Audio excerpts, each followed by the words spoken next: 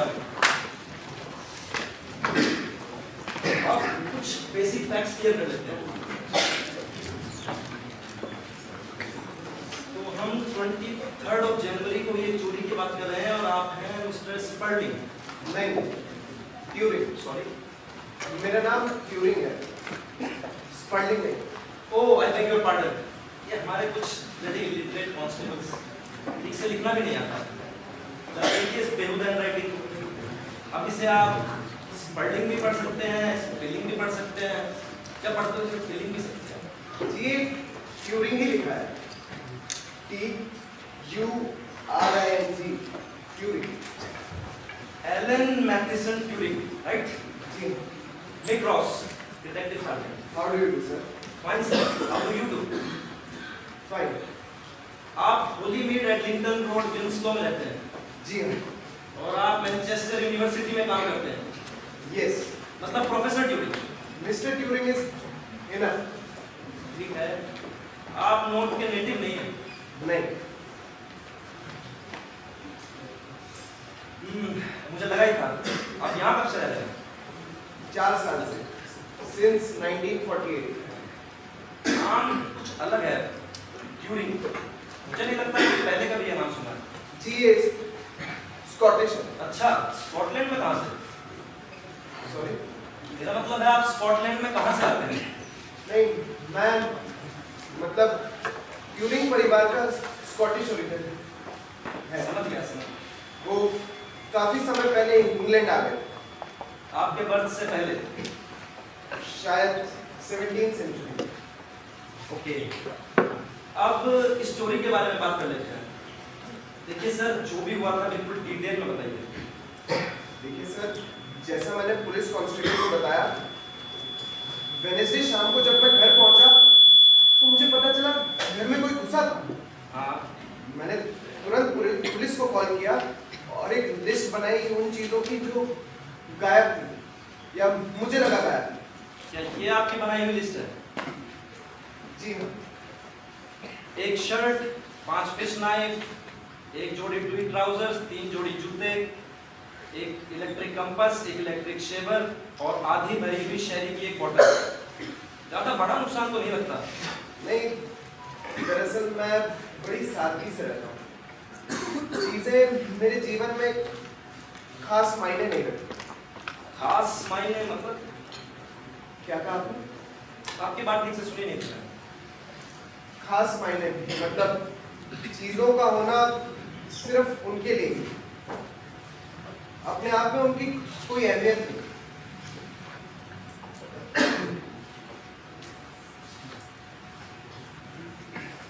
अच्छा हाँ, आपने कांस्टेबल से कहा था कि आपको कुछ अंदाजा है ये चोरी किसने की होगी?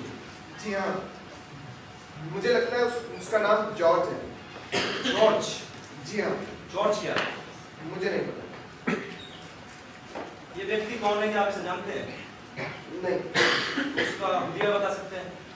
नहीं, मतलब मैं उससे कभी मिला नहीं। लेकिन आप उसका नाम जानते हैं? जी हाँ, किसी ने बताया था। क्या बताया था सर? यही कि जो जॉर्ज है ये चोर है। आपको किसने बताया? दरअसल पिछले हफ्ते मेरे घर पर एक नौजवान आया, वो ब्रश बेच रहा था या फिर कुछ और। उसने मुझसे सावधान रहने के लिए कहा क्योंकि उसने किसी को चोरी की प्लानिंग करते हुए सुना था। वो लोग चोरी की प्लानिंग कर रहे थे और इसने उनकी बातें सुन ली। तो उस नौजवान ने सुना कि ये जॉर्ज नाम का आदमी आपके घर में चोरी करने का प्लान बना रहा है? जी हाँ। नहीं, मतलब मेरे घर में स्पेसिफिकली नहीं, शायद मेरे आसपास के किसी घर में। मतलब कम से कम मुझे इतना ही समझ आया। उसने कहा कि वो उसे जानता था, जॉर्ज को, जो चोर है। आप समझ रहे हैं ना? बस दरअसल इतनी सी बात। ये बातचीत कहाँ हुई थी? कौन सी बात? वही जो उस नौजवान ने सुनी थी। शायद किसी पब में। किसी पब में? जी हाँ, मतलब मुझे ऐसे ही लगता है। मुझे थोड़ा आश्चर्य हो रहा है मिस्टर ट्यूरिंग। ये बात शुरू कहाँ से हुई? और उस नौजवान ने आपको वो बातें क्यों बताई जो उसने एक पब में सुनी थी? शायद मुझे सावधान करने के लिए। ऐसा होना तो काफी अजीब है, आपको नहीं लगता? ऐसा होना बहुत अनयूजुअल है। इसमें क्या न्यूज़ है? मुझे तो ऐसा ही लगता है। और आपने फौरन पुलिस को इन्फॉर्म क्यों नहीं किया? मुझे उस वक्त ख्याल नहीं आया। उसने बहुत साधारण शब्दों में कहा था कि सतर्क रहिएगा, नजर रखिएगा। मैंने उस पर ज्यादा ध्यान नहीं दिया। वो आपके घर कब आया था? 3 या 4 हफ्ते तक। वो किसके लिए काम करता था, कुछ याद है? मुझे बिल्कुल अंदाजा नहीं। वो किस तरह के ब्रश बेच रहा था, ये तो कुछ याद होगा। शायद वो ब्रश नहीं बेच रहा था, मतलब मुझे ठीक से याद नहीं। देखिए सर, याद करने की कोशिश कीजिए। अगर आपको याद आ जाएगा तो बहुत मदद मिलेगी। जी सर, मैं याद करने की कोशिश करूँगा। प्लीज याद करने की कोशिश कीजिए। Hello, cross this side. Yes, कब? अच्छा ठीक है। देखिए सर, एक इमरजेंसी आ गई है, हम आपसे बाद में कांटेक्ट करेंगे। कोई आपको बाहर तक छोड़ देगा।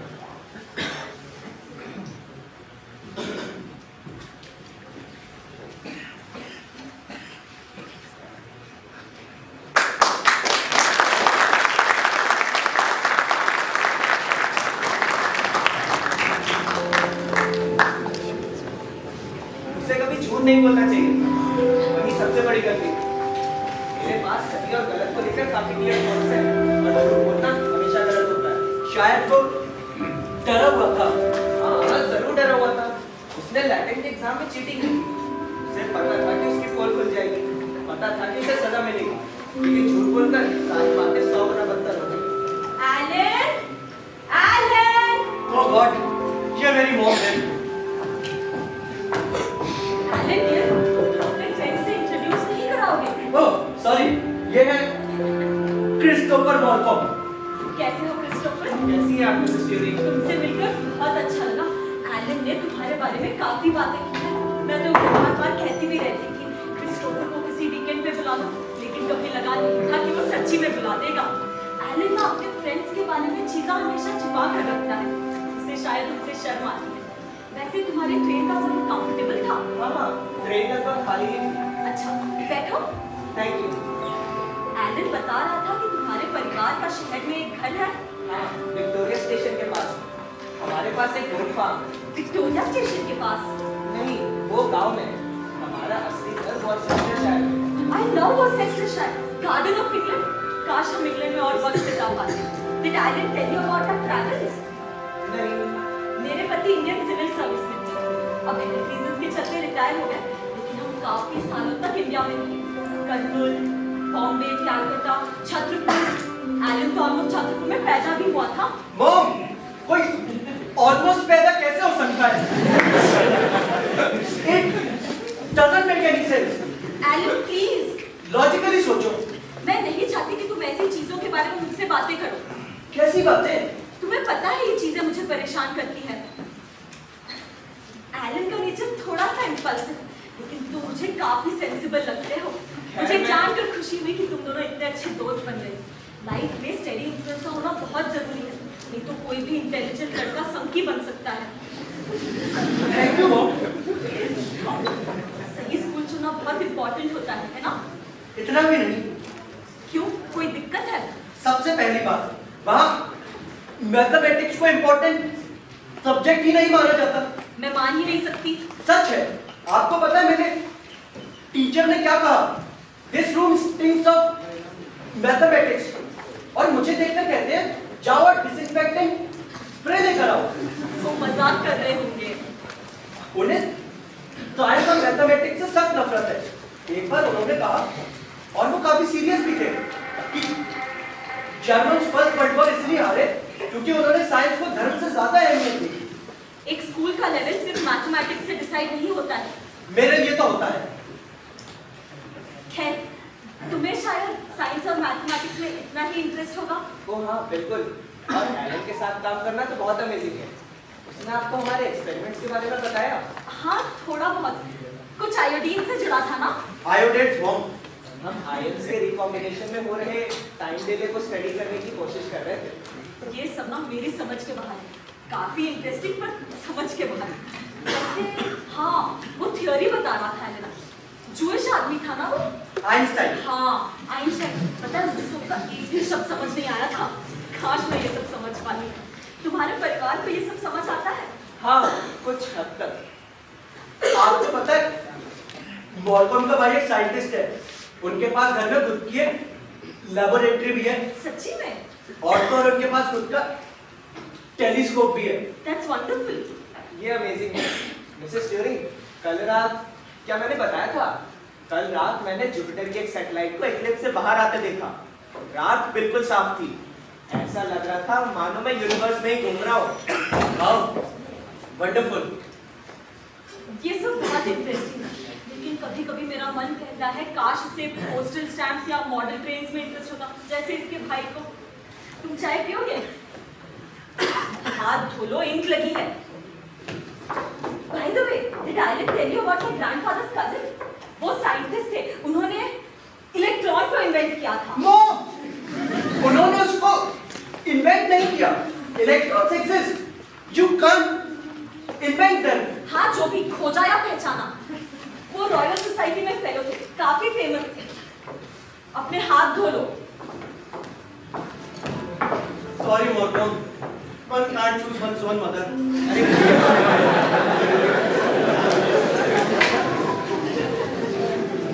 जानते हो मैं क्या चाहता हूँ? क्या? काश ये घर मेरा होता, मेरा अपना घर। तब हम यहाँ साथ रह सकते हैं, मैं और तुम। हमारे अपने कमरे होते, हमारी अपनी लेबोरेटरीज होती, हम दोनों एक दूसरे के साथ काम करते, एक दूसरे से सब कुछ शेयर करते। क्या मस्त लाइफ होती। हाँ, हाँ, वाकई।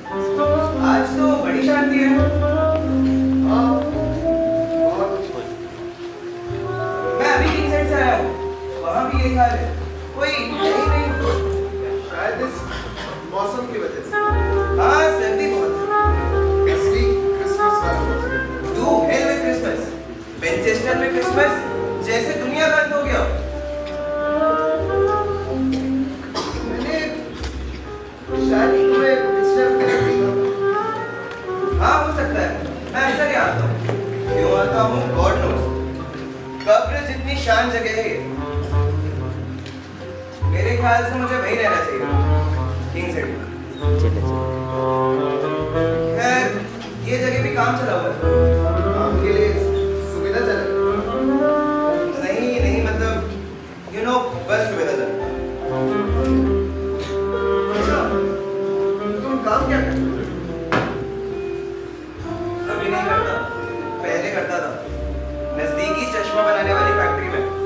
फिर सरकार ने सब छीन लिया, ना मुफ्त इलाज, ना चश्मा, नेशनल हेल्थ ने सब छीन लिया। अब तो घर पर बैठा हूँ और कुछ खास नहीं है इसमें। मुझे ही बता रहे हो? वैसे तुम्हारा क्या है? मेरा अपना घर।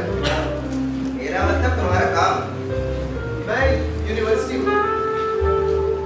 इस उम्र में जरा बड़े नहीं हो इसके लिए। मैं वहाँ स्टाफ में। टीचर? टीचर नहीं, रिसर्चर। यही साइंस मैथ्स।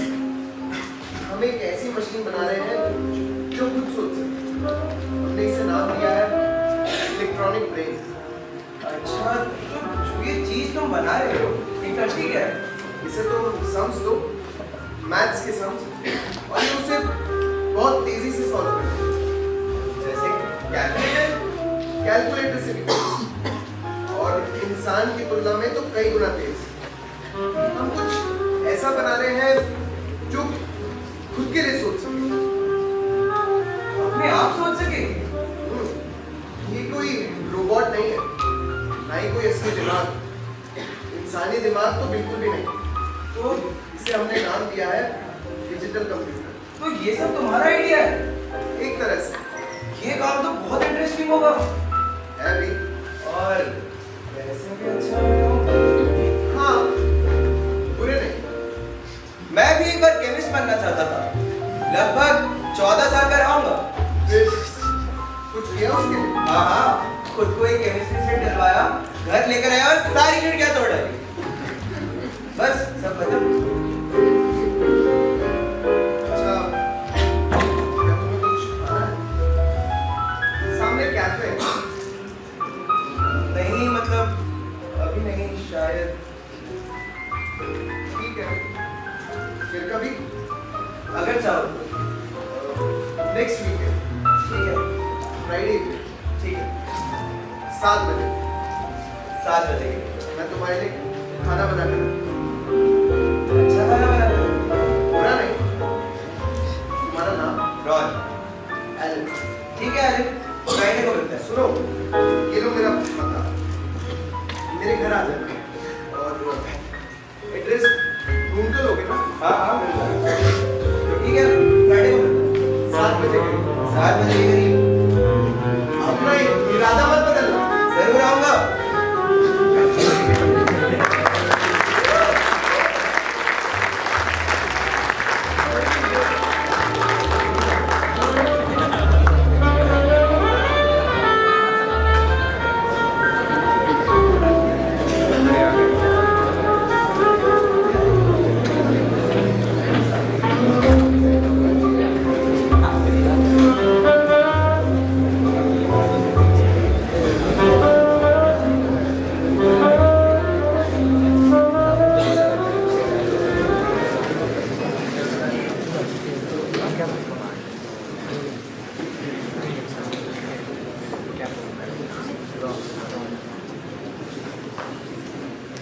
आपने जो ब्रश सेल्समैन वाली कहानी बताई थी उसको लेकर हमें कुछ परेशानी हो रही है।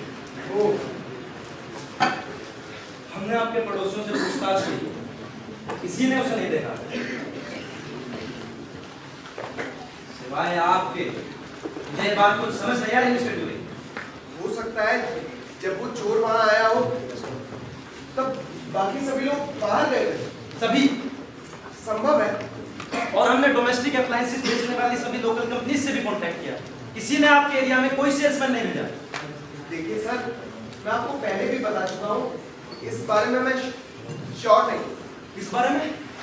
यही कि वो क्या बेच रहा था, कहाँ से आया था, इस बारे में मुझे यकीन नहीं होता सर, आप ऐसी गलती कैसे कर सकते हैं? आप उससे कुछ देर तो बात करते रहे होंगे ना, कम से कम कुछ मिनट। हाँ, मुझे याद आया। उस वक्त मैं अपने किसी काम में व्यस्त था। मैं अपना काम कर रहा था और वो कुछ बेच रहा था। बस मुझे ठीक से याद नहीं। वो दिखता कैसा था, आपको कुछ याद है? नहीं, ज्यादा नहीं, युवा था, साधारण था। मैंने उस पर ज्यादा ध्यान नहीं दिया। आपने ध्यान नहीं दिया। नहीं, क्यों नहीं? क्योंकि वो एक साधारण सा घूमता फिरता सेल्समैन था। अरे कोई चोरी और सस्पिशियस लोगों की बातें करे, मैं तो उसका चेहरा कभी नहीं भूलता। शायद इसलिए क्योंकि आप एक पुलिस वाले हैं। हो सकता है। और वैसे भी ये इतना जरूरी क्यों है? हमें तो चोर के बारे में पता लगाना चाहिए, उसी को ढूंढना चाहिए। अच्छा, मान लीजिए उसका चोरी से कोई लेना देना है, वो ब्रश बेचने वाला था ही नहीं। क्या मतलब? ये तो पुराना तरीका है। दरवाजा खटखटाइए, कोई ना खोले तो अंदर घुस जाइए। ब्रश बेचना तो केवल एक बहाना था। देखिए सर, ये सभी बकवास बातें हैं। मैं खामखा इतना शोर मचा रहा हूँ। मेरा कोई इतना सामान खोया भी नहीं है, बल्कि कुछ भी नहीं। मुझे लगता है मुझे रिपोर्ट लिखवानी ही नहीं चाहिए। लेकिन मुझे खुशी है कि आपने रिपोर्ट लिखवाई। हर क्राइम रिपोर्ट होना चाहिए मिस्टर ट्यूरिंग। और सभी बहुत तुच्छ लगने लगता है। तुच्छ? आपको नहीं लगता? देखिए अभी हमारी चिंता है, तो आप इस पर ज्यादा ध्यान मत दीजिए, ठीक है? ठीक है, अगर आप कहते हैं। और हाँ, अगर आपको कुछ याद आ जाए, भले ही वो कितना भी तुच्छ क्यों ना हो, तो बता दीजिएगा। और आप मैनचेस्टर तो नहीं छोड़ने वाले हैं ना? क्या मतलब? मतलब अगर आपसे बातचीत करनी हो तो? हाँ, नहीं मतलब मैं अगले हफ्ते लंदन जा रहा हूँ 2 दिनों के लिए। कब? ट्यूसडे और वेडनेसडे एक टॉक है, यू नो, एक डिस्कशन किस बारे में? साइंस के बारे में। हम एक ऐसी मशीन बना रहे हैं जो खुद के लिए सोच सके। कंप्यूटर। कब है ये टॉक? Tuesday evening 8 o'clock। मैं सुनने की कोशिश करूंगा। इनफैक्ट मैं सुनूंगा। थैंक यू अपना प्रीशियस टाइम हमें देने के लिए मिस्टर ट्यूरिंग। आप जा सकते हैं। Thank you. Thank you.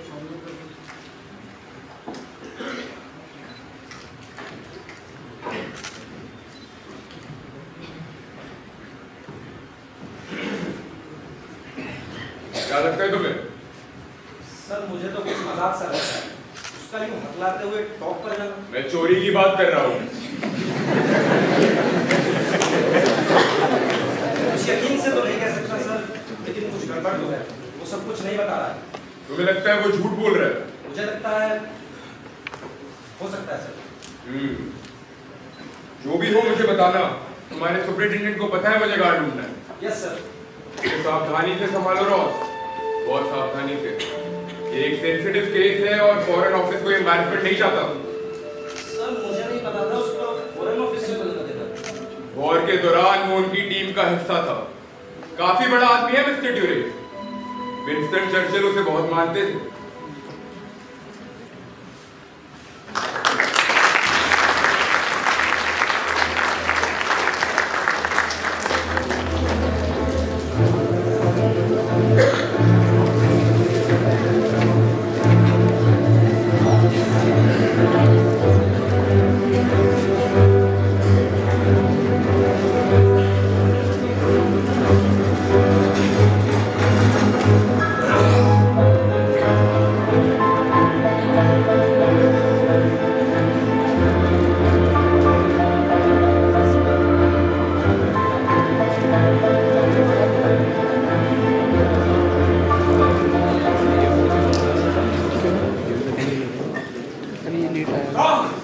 आपने हमें सही तरीके से ढूंढ लिया। Thank you. कोई समस्या नहीं। बड़े सिली क्वेश्चन। आई मीन तुम यहाँ खड़े हो, जाहिर सी बात है तुमने हमें ढूंढ ही लिया। समय पर आना कितनी बड़ी बात है। आजकल कौन ही ऐसा करता है। दरअसल मैं सुबह ही आ गया। आज सुबह मैं देर नहीं करना चाहता। तो तुम पूरे दिन यहीं पे थे? हाँ। ओ सिली, लंचली में करने लायक कुछ खास नहीं होता, ये तो तुम्हें पता ही होगा। वैसे तुम्हें ये सब देख के क्या पता चल रहा है? मैं आपके कोड ब्रेकर में एक्सपर्टीज के बारे में जानता हूँ मिस्टर रॉस, इसलिए मैंने सोचा कि ये यहाँ और एक डिकोडिंग से रिलेटेड होगा। ओह, तो तुमने इसके बारे में सुना? ज्यादा कुछ नहीं, बस बातें। अच्छा, तो ये तुम्हारी फाइल है, मैं इसे समय समय पर देखता रहूंगा, घबराने की कोई बात नहीं नहीं, मैं घबराया हुआ नहीं। अच्छा, तो तुम शेरब्रॉन कैम्ब्रिज और फिर अमेरिका गए 1936 to 38, 2 साल अमेरिका में। क्या किया वैसे वहां? क्या प्रिंसटन तुम्हें पसंद आया? हाँ ठीक था। पसंद शायद सही शब्द नहीं है ना? नहीं नहीं, वो काफी अच्छा था। कुछ चीजें तो बहुत ही अच्छी, कुछ अजीब भी, लेकिन तब तक जब तक मैं वहां से यूज्ड टू नहीं हो गया। मैं समझता हूँ, दिलचस्प। वैसे वास्तव में तुमने वहां क्या किया? खैर, मैंने अभी अभी एक पेपर पब्लिश किया है ऑन कॉम्पिटेबल नंबर्स। मैं वहाँ इन आइडियाज को डेवलप करने में सक्षम था। इसके अलावा various research projects, various things, सभी मैथमेटिक्स और लॉजिक से रिलेटेड? हाँ। अच्छा अच्छा, और ये कोड और साइफर में तुम्हारी रुचि ये कब से शुरू हुई? मुझे लगता है कि ये पहले से ही थी, बचपन से ही। स्कूल में मुझे एक अवार्ड मिला, एक किताब जिसका नाम था मैथमेटिकल रिक्रिएशन एंड एसेज। उसमें क्रिप्टोग्राफी के ऊपर एक चैप्टर था, वो मुझे बहुत फैसिनेटिंग लगा। मुझे लगता है कि कोर्स में मेरी रुचि को इसी ने डायरेक्शन दी। उसके बाद जब मैं अमेरिका से लौटा तो मुझे एहसास हुआ कि मेरे मैथ्स और लॉजिक में आइडियाज को साइफर पर लागू किया जा सकता है। इसने निश्चित रूप से एक डिलेमा पैदा कर दी। क्यों? मुझे एहसास हुआ कि ऐसी नॉलेज वॉर डिक्लेयर होने पर मिलिट्री वैल्यू रिक्वायर कर सकती है। मुझे इस बात की चिंता थी कि अपनी इंटेलेक्चुअल आर्मरी को वॉर के टाइम सरकार को सौंप देना क्या मोरली सही होगा या नहीं। तो तुम वॉर को एक नेसेसरी इवल मानते हो? देखिए मिस्टर नॉक्स, सबसे पहले और सबसे इम्पोर्टेंट मैं इस वॉर को अपने काम में बहुत बड़ा इंटरप्शन मानता हूँ। लेकिन हाँ, आप सही हैं, मैं इसे नेसेसरी इवल भी मानता हूँ। तो देश के प्रति वफादारी, कर्तव्य की भावना, क्या ऐसी चीजें तुम्हारे लिए इंपॉर्टेंस रखती है? देखिए मिस्टर नॉक्स, जहाँ तक इंग्लैंड और इंग्लिश चीजों का सवाल है, ये सब मेरे लिए बहुत मायने रखती है। लेकिन जब भी मैं लोगों को देशभक्ति का हवाला देते हुए सुनता हूँ तो मुझे लगता है कि मुझसे कोई ऐसी चीज कराई जा रही है जो मैं करना नहीं चाहता। मैं आज इसलिए यहाँ आया हूँ क्योंकि मैंने अपने लिए तय किया है कि करंट सर्कमस्टेंसेस में मुझे क्या करना चाहिए। मुझे काम ज्यादा इंटरेस्टिंग लगता है। मुझे लगता है कि मैं बैटलफील्ड से ज्यादा यूजफुल यहाँ होगा। अच्छा अच्छा, वैसे मुझे तुम्हारे काम के बारे में कुछ डिस्क्रिप्शंस दिए गए थे ट्यूरिंग, और मुझे कहना होगा कि ज्यादातर चीजें मेरे सर के ऊपर से गई है। ये तो कोई नई बात नहीं। ये देखो, जब मैं छोटा था तब मुझे मैथमेटिक्स में काफी इंटरेस्ट था, मुझे काफी कुछ पता था, लेकिन ये सब तो उलझन भरा।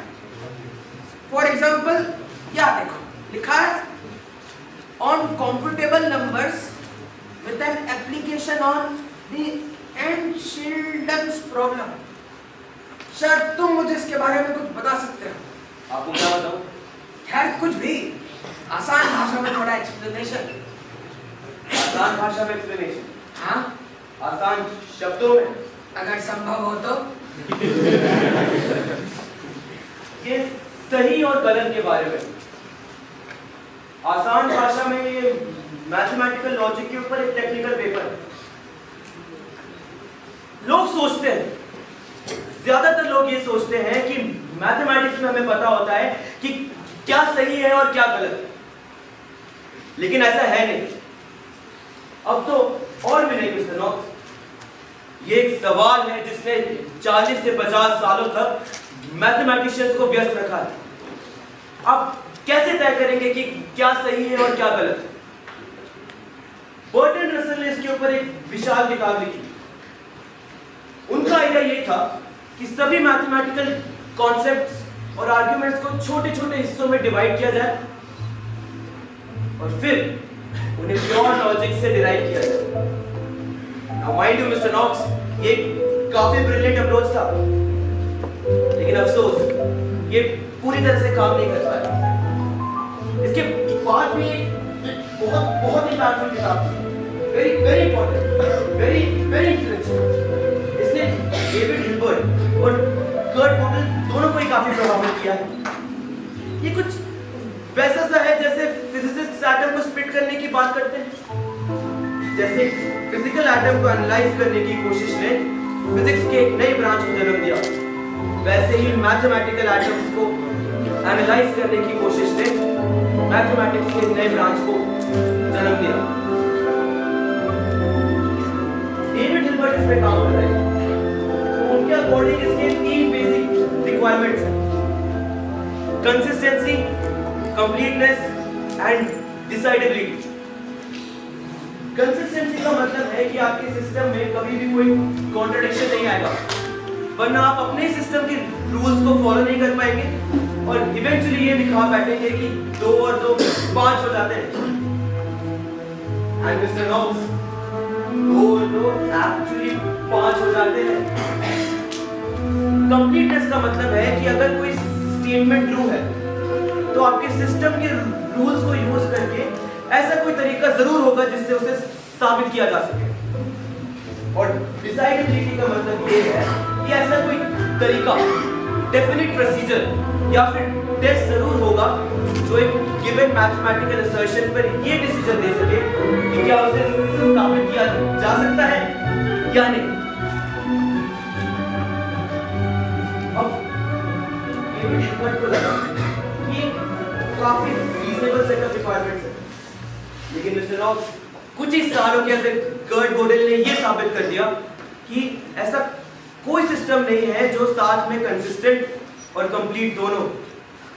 उन्होंने यह साबित करने के लिए एक सिंपल सा मैथमेटिकल असर्शन दिया जो कहता था in effect, this assertion can not be proved. This is a classical paradox mister Knox, this assertion can not be proved.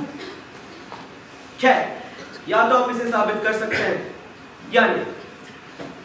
बाद में जाके इसे द डिसीजन प्रॉब्लम या फिर द आइंस्टाइन प्रॉब्लम कहा गया। मेरे पेपर ऑन कॉम्पिटेबल नंबर्स में मैं ये दिखाना चाहता था कि ऐसा कोई तरीका नहीं है जो सभी सवालों पर एक साथ काम करे। इवेंचुअली मुझे एक शब्द ने इसका समाधान दिया। लोग एक ऐसे मैकेनिकल प्रोसेस की बात कर रहे थे जो मैकेनिकल मेथड्स को अप्लाई करके किसी भी तरह के मैथमेटिकल प्रॉब्लम को सॉल्व कर सकती है। मशीन, ये था वो क्रूशियल शब्द। मैंने ऐसे मशीन का आइडिया डेवलप किया, एक ट्यूरिंग मशीन जो मैथमेटिकल सिंबल्स को स्कैन कर सकती है, अगर आप चाहे तो एक मैथमेटिकल असर्शन को पढ़ सकती है और फिर ये डिसीजन दे सकती है कि क्या उसे साबित किया जा सकता है या नहीं। एंड मिस्टर नॉक्स, मेरा आइडिया काम कर दिया। तो तुमने वास्तव में एक ऐसी मशीन बनाई? नहीं, ये इमेजिनरी मशीन, आइंस्टाइन के थॉट एक्सपेरिमेंट की तरह। इसे बनाना जरूरी नहीं है, ये अपने आप में एक क्लियर आइडिया। हाँ, मैं समझता हूँ। खैर, मैं नहीं समझता। कुछ दिखता है शायद। वैसे मेरे सवाल का बुरा मत मानना ट्यूरिंग, लेकिन एक ऐसी मशीन का आइडिया जो सिर्फ ये साबित करने के लिए हो कि कुछ मैथमेटिकल असर्शन साबित नहीं किए जा सकते। क्या ऐसी मशीन की कोई प्रैक्टिकल वैल्यू है? The possibilities are boundless, Mr. Knox. मेरे पेपर ऑन कॉम्पिटेबल नंबर्स में मैंने ये बताया है, ये स्पेशल तरह की मशीन जिसे मैं यूनिवर्सल मशीन कहता हूँ, ऐसे किसी भी प्रोसेस को सॉल्व कर सकती है जिसे मैथमेटिकल सिंबल से डिस्क्राइब किया गया। एंड आई बिलीव कि आगे जाके किसी भी मेंटल प्रोसेस को बिना किसी समस्या के सॉल्व कर पाएंगे। तुम्हारी सोच काफी रिमार्केबल है ट्यूरिंग, और मुझे कहना होगा कि तुम हमारी टीम के लिए काफी वैल्यूएबल मेंबर साबित होंगे। मैं चाहता हूँ कि तुम तुरंत काम शुरू कर दो। बिल्कुल, बढ़िया। सो, एनी मोर क्वेश्चंस? बस ये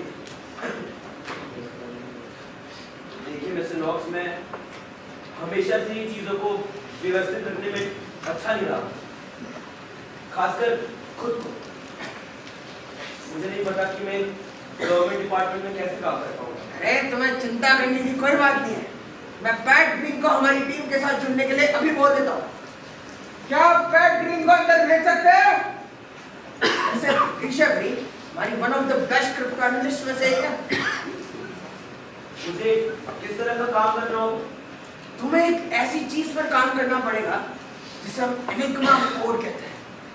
इसे जर्मन्स द्वारा डेवलप किया गया है और एक बेहद ही कॉम्प्लेक्स प्रॉब्लम है। पैट अंदर आओ और मिस्टर एलन ट्यूरिंग से मिलो। How do you do? How do? असल में हम पहले भी मिल चुके हैं। हम पहले मिले? कब? आपने कैम्ब्रिज में मॉरल साइंस क्लब में पेपर पढ़ा था, उसके बाद हम थोड़ी देर के लिए मिले थे। ये कुछ 6 या 7 साल पुरानी बात है। दिसंबर 1932। मुझे अच्छी तरह से याद है। मुझे आपके आइडियाज काफी फैसिनेटिंग लगे थे। Thank you. वैसे ये कोड नाजी वॉर एफर्ट का बहुत इंपॉर्टेंट हिस्सा है, बहुत इंपॉर्टेंट। इससे आर्मी इस्तेमाल करती है, लुफ्तवैफ्फ इस्तेमाल करती है एंड मोस्ट इंपॉर्टेंटली इससे यू-बोट्स तक इस्तेमाल करती है। और अगर यू-बोट्स नॉर्थ अटलांटिक पर कंट्रोल पा लेते हैं तो हमारी मर्चेंट शिप्स को खतरा है, वे हमें भूखा ही मार देंगे। इसलिए इस एनिग्मा कोड को ब्रेक करना हमारी नंबर 1 प्रायोरिटी है। ये किस तरह का कोड है? Glad you asked. Mechanical. So this puts the ball in your court. वैसे एक इम्पोर्टेंट चीज, मैं चाहता हूँ कि तुम तुरंत कैम्ब्रिज जाओ और अपना सारा सामान पैक करके यहाँ जाओ। पैट ग्रीन मंडे मॉर्निंग को तुम्हें एक गाड़ी टूर दे देंगे, ओके? मैं मंडे को आपसे मिलती हूँ। रुको, क्या तुम मुझे बता सकती हो कि कोड किस तरह से मैकेनिकल? कोड एक मशीन के द्वारा बनाया जाता है जो कि एक टाइपराइटर की तरह होती है। कीबोर्ड के पीछे 3 रोटर्स लगे होते हैं। अल्फाबेट के लेटर्स रोटर्स के चारों तरफ घूमते हैं और रोटर्स के पीछे एक डिस्प्ले बोर्ड कनेक्टेड होता है। जब ऑपरेटर कोई एक की प्रेस करेगा, फॉर एग्जांपल A, और रोटर्स एक स्पेसिफाइड पोजीशन में सेट है, तब एक कनेक्शन बनता है, फॉर एग्जांपल लेटर D के साथ, और डिस्प्ले बोर्ड पर D के नीचे का लाइट बल्ब जल उठता है। मतलब प्लेन टेक्स्ट A को B में कोड किया गया है। हाँ, उस स्पेसिफाइड पोजीशन में रोटर्स के साथ पहला रोटर फिर आगे बढ़ता है। इस बार अगर हम A प्रेस करेंगे तो डिस्प्ले पर शायद P या फिर H में से कुछ दिखाई देगा। जब पहला रोटर अपना पूरा रिवॉल्यूशन कंप्लीट कर लेगा, उसके बाद दूसरा रोटर आगे बढ़ेगा और फिर तीसरा रोटर। तो इस तरह से हमारे पास 26 टाइम्स 26 टाइम्स 26 यानी एक पॉली अल्फाबेटिक मशीन बन जाती है, जिसमें total 26 times 26 times 26 settings possible है। 17,576। ये तो कोई बड़ा नंबर नहीं है। ये सच है। मैनुअल इवैल्यूएशन से हम इवेंचुअली सही सेटिंग पर पहुंच भी सकते हैं, पर इसमें काफी टाइम लग जाएगा और कोड हर रोज बदल दिया जाता है। इस सेटिंग को इंडिकेट करने के लिए जर्मन से कोड बुक यूज करते हैं। हमारे पास वो नहीं है ऑफ कोर्स, पर एटलीस्ट हमें ये तो पता है कि ये चीज काम कैसे करती है। और अब तो हमने सक्सेसफुली एक ऐसी मशीन भी बना ली है जो एनिग्मा को सिमुलेट कर सकती है, जो कि लॉजिकल, सिमेट्रिकल और सेंट्रल बस है। सेंडर और रिसीवर के पास सेम इक्विपमेंट होता है। हाँ, प्रॉब्लम ये है कि जर्मन्स ने एनिग्मा को और ज्यादा इलाबोरेट कर दिया, तो अब हमारी ये मशीन वर्चुअली ऑब्सोलीट हो चुकी है। उनके पास 5 रोटर्स का एक स्टॉक होता है, जिनमें से किसी भी 3 रोटर्स को एक स्पेसिफिक सीक्वेंस में यूज कर सकते हैं जब वो एनिग्मा सेट कर रहे हैं। इसकी पॉसिबल कॉम्बिनेशन 17,576 टाइम्स 60। 1,54,560। उन्होंने मशीन के साथ एक प्लग बोर्ड भी जोड़ा है, जैसे कि एक टेलीफोन स्विच बोर्ड। लेटर्स के पेयर्स को जैक प्लग से कनेक्ट करते हैं और ये रूटर में जाने के पहले और बाद में लेटर्स को स्वैप कर देता है। तो इस तरह से हमारे पास लाखों करोड़ों पॉसिबल कॉम्बिनेशंस है और यही हमारी प्रॉब्लम है। Basic problem of course. Course में जो एनिग्मा यूज होता है वो इससे काफी ज्यादा कॉम्प्लिकेटेड। खैर, मैं आपसे मंडे को मिलूंगी। मैं इंतजार करूंगा।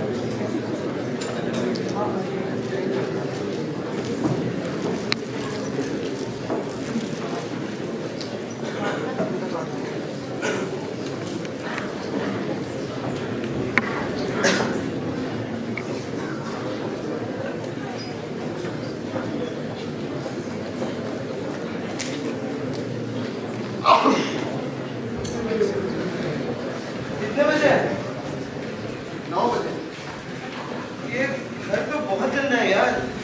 क्या? ये घर, ये बाथरूम के पास जो भी चीजें रखी हैं बहुत बदबू आ रही है। अच्छा वो मैं रीड मारने की एक दवा बना रहा हूँ। क्यों? रीड मारने के लिए। तुम तो खरीद सकते हो, तुम खरीद क्यों नहीं रहे? मुझे चीजें बनाना अच्छा लगता है, इसलिए। अच्छा, तो क्या तुम ये अक्सर करते हो? क्या? यूं लड़कों को घर बुलाना?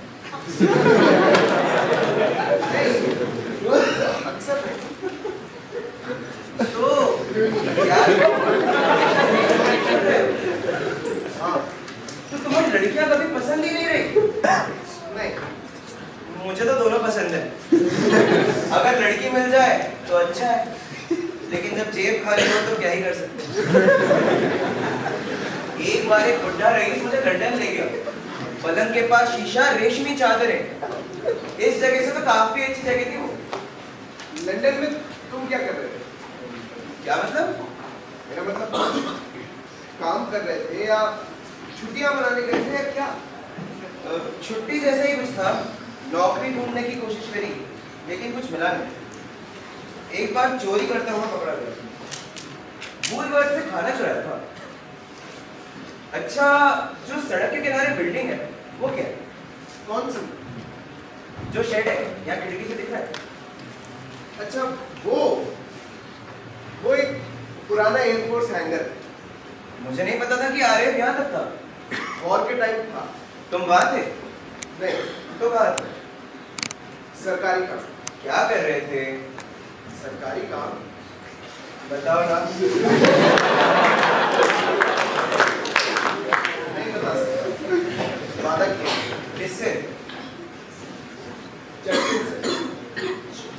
मुझे पता है तुम खुफिया हथियार बना रहे थे। हाँ, कुछ बाकी अगर मैं नहीं होता तो शायद हम ये वॉर हार जाते। सच में? हाँ, सच में। अच्छा, तुम्हें और एक बात बताता हूँ। क्या? ये जो एयरफोर्स हैंगर है ना, रात में ये बड़ा हो जाता है। बड़ा? हाँ, सच में। खुद जाकर देख लो। बेवकूफ मत बनाओ। मैं सोचता हूँ कि उस हैंगर में अंधेरा है, काला साया, कुछ दिखाई नहीं देता। और जैसे ही मैं उस हैंगर के अंदर जाता हूँ, दरवाजा पीछे से बंद हो जाता है और बाहर निकलने का कोई रास्ता नहीं? और बाहर निकलने का कोई रास्ता नहीं। जैसे ही मैं उसके अंदर घुसता हूँ तो मुझे पता चलता है कि ये कोई हैंगर नहीं है, एक बहुत बड़ा मैकेनिकल ब्रेन है। और ये ब्रेन मेरे साथ चेस खेलना चाहता है। पूरा दिन, पूरी रात ये ब्रेन मेरे साथ चेस खेलता है और मुझे जीतना ही होगा, वरना मैं हमेशा हमेशा के लिए यहीं बंद रह जाऊंगा। बस इसका अंत नहीं सीखा।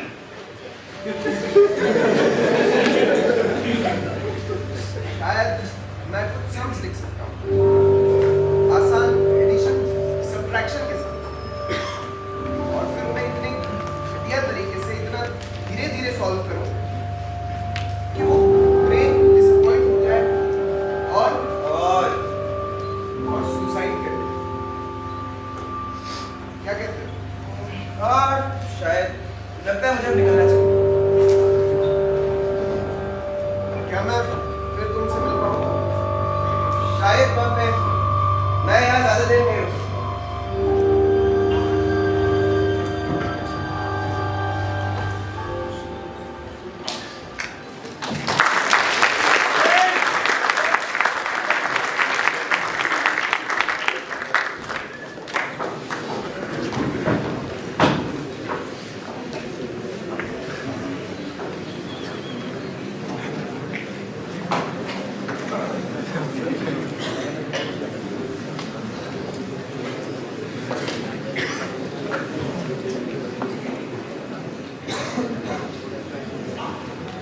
ऑरेंजेस और लेमन्स तो नहीं मिले, तो मैंने एप्पल और पेड़ की फ्रूट मॉकटेल बनाई है। इसका स्वाद अच्छा है। रंग बहुत उदास है। मुझे आपके परिवार और दोस्तों के बारे में जानना अच्छा लगता है। काश आप उनके बारे में और बातें करते। कभी कभी करता हूँ। ये तो शर्मिंदगी की बात है। मुझे तो ये तक नहीं पता होता कि आपके पिता बीमार हैं। वो बीमार नहीं, बस थोड़े से कमजोर हो गए। उनकी प्रोस्टेट की सर्जरी हुई थी, उसके बाद से वो थोड़े से अस्वस्थ। बाय द वे मेरा भाई भी आर्मी में है। टू कंप्लीट द पिक्चर वो भी जस्ट में। हाँ मुझे पता है। मेरी माँ ने बताया होगा।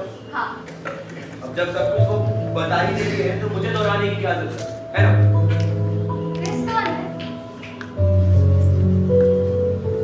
क्रिस्टोफर मेरा दोस्त था शर्बर्न स्कूल में। आपकी माँ को वो काफी पसंद था। हाँ वो एक बहुत ही इंटेलिजेंट लड़का था, वेरी क्लेवर, अपनी उम्र से बहुत मैच्योर है। उसके सामने सब नॉर्मल ही लगते थे। हमारी दोस्ती में बहुत खास थी, जैसे बचपन में हो जाती। मैं उसे आइडियलाइज करता था। क्या आप अभी कांटेक्ट में हो?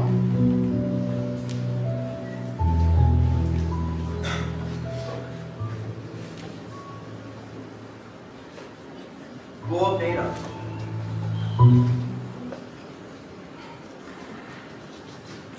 उसे टीबी हो गया था जब वो बहुत छोटा था। मुझे पता भी नहीं, उसने मुझे कभी बताया भी नहीं। वो कभी ठीक से ठीक ही नहीं हो पाया। हम सब सो रहे थे, अगली सुबह पता चला कि उसे अस्पताल ले जाया गया।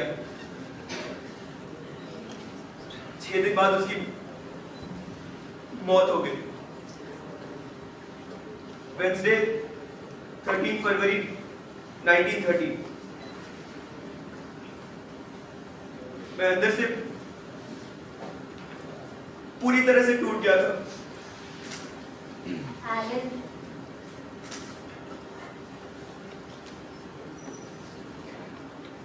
कभी कभी सोचता हूं कि उसकी जगह मुझे मर जाना चाहिए था। अब जो जीने का एकमात्र कारण बचा है वो ये है कि मैं कुछ ऐसा हासिल कर सकूं जो क्रिस्टोफर कभी ना कर सका।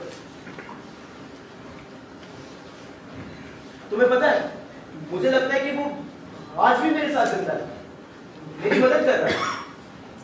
इसलिए शायद मेरी माँ को लगता है कि मैं इतना धार्मिक हूं, पर ऐसा है नहीं। मुझे सवाल में उलझाए रखा है, क्या क्रिस्टोफर का माइंड उसकी बॉडी के बिना भी एग्जिस्ट कर सकता है? एक ऐसा सवाल है जो मेरे लिए जुनून बन गया और सालों तक मेरे साथ रहा। Can the mind exist without the body? क्या एक लिविंग ब्रेन के बिना भी कॉन्शियसनेस हो सकती है? कई मायनों में गहरे स्तर पर मेरी आज की रिसर्च की जड़ें भी इसी सवाल से जुड़ी हैं। कभी कभी सोचता हूं कि अगर वो यहाँ होता तो क्या वो खुश होता? मुझे लगता है वो गर्व महसूस करता। काश ऐसा ही हो। आपकी माँ आस्तिक है और आप नास्तिक। आप चर्च क्यों नहीं जाते? ये झूठ होगा, जैसे कहना कि ये भयानक ड्रिंक बहुत अच्छा है।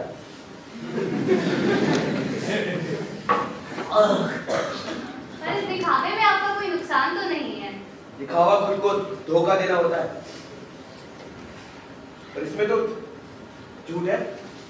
जरा ब्लेचली में हमारे साथियों को देखो, कैसे आशावादी होने का दिखावा करते हैं। क्यों करते हो ऐसा? क्या मिल रहा है उनको? हर वक्त उदास रहने से तो बेहतर ही है ये। क्या वाकई? मैंने कैलकुलेट किया था कि हमारे यू बोर्ड एनिग्मा को ब्रेक करने का कितना चांस है। बताओ कितना? खैर कुछ इतना जैसे 50,000 में एक। शायद हम कोई उर्दू पकड़ ले। Not possible. मेरी एडमिरल्टी में कोई आस्था नहीं बची। शायद किस्मत हमारा साथ दे दे। हाँ sure, and please my try, you know. मैं सोच रहा था कि अगर हम रास्ता भटक जाए तब हम क्या करेंगे। कैसे जिंदा है? ऐसी बातें मत सोचा कर। नहीं, क्यों नहीं? हमें जरूर सोचनी चाहिए, वरना तो हम बस रेत में सर गड़ाए बैठे रहे। हम जो कर सकते हैं वो बस हर समय जीना है। चीजें बदलती रहती हैं और आप ये जानते हैं। हमें प्लानिंग करनी चाहिए। कैसी प्लानिंग? अच्छा, मैं सोच रहा था कि हम कुछ रेजर ब्लेड खरीद सकते हैं। Razor blades. अगर हम वॉर हार जाते हैं तो इनकी भारी कमी होगी, तब हमारे पास कुछ तो बेचने के लिए होगा। ये रेजर ब्लेड्स? बहुत सारे, इतना कि एक बड़ा सा सूटकेस भर जाए। शॉप, आप मजाक कर रहे हैं? नहीं नहीं, मैं सीरियस हूँ।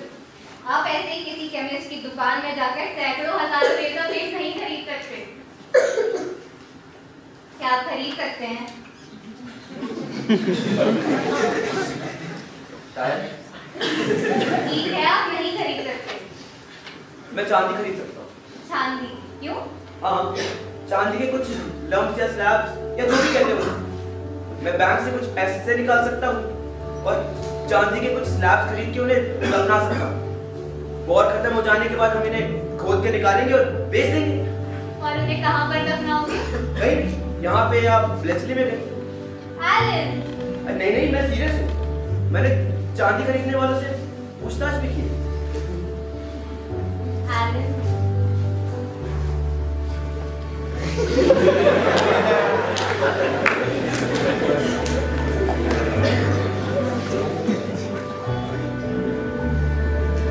इसे देखो, ये फरगुन। हाँ, ये फरगुन है। इसे लो, इसे देखो। मैं तुम्हें इसके बारे में इंटरेस्टिंग बात बताता हूँ। मुझे तो ये नॉर्मल सा ही लग रहा है। फिबोनाची सीरीज डिफाइन करो। फिबोनाची सीरीज नंबर्स की एक सीरीज है जहाँ हर नंबर पिछले दो नंबर्स का सम होता है। आप 1 और 1 से शुरू करते हो, फिर 1 + 1 2, 1 + 2 3, 2 + 3 5, 3 + 5 8, 5 + 8 30। शाबाश, फुल मार्क्स। अब उस फरगुन को देखो, ब्रैकेट पत्तियों की पैटर्न को देखो। Left side 8 lines twisting, right side 13 lines twisting. Numbers हमेशा सीरीज में आते हैं, हमेशा? हमेशा। और सिर्फ फरगुन ही नहीं, फूलों की पंखुड़ियां भी इन्हीं नंबर्स में आती है ना यार बोल? हाँ, ये है। और ये सदियों पुराने प्रश्न को जन्म देता है। क्या भगवान भी एक mathematician? Rob, I love you. मैं आपसे प्यार करती हूँ और आप ये बात जानते हैं। हाँ। आपको भी I love you too कहना चाहिए था।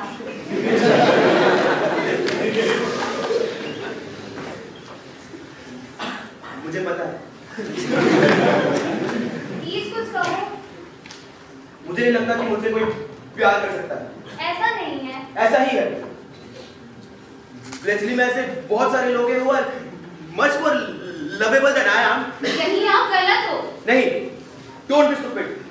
बहुत सारे हैं। मैं उन्हें हर रोज देखता हूँ, लंच टाइम में भागते हुए देखता हूँ, हंसते हुए देखता हूँ, क्रिकेट खेलते हुए देखता हूँ। मुझे आश्चर्य है कि तुम उनमें से किसी के प्यार में क्यों नहीं पड़ी। क्योंकि वो डल है। तो मैं भी हूँ। आप गंदे और अस्त-व्यस्त हो, आपके कपड़ों पर दाग लगे होते हैं और आप हमेशा नाखून चबाते रहते हैं। पर आप सच बोलते हो तब भी जब झूठ बोलना बहुत आसान होता है।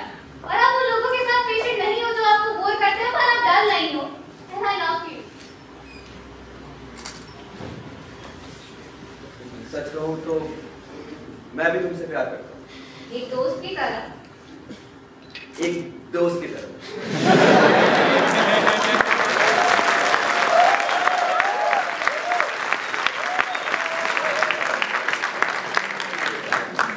शायद ये बदल भी सकता है। शायद ये बदल जाए।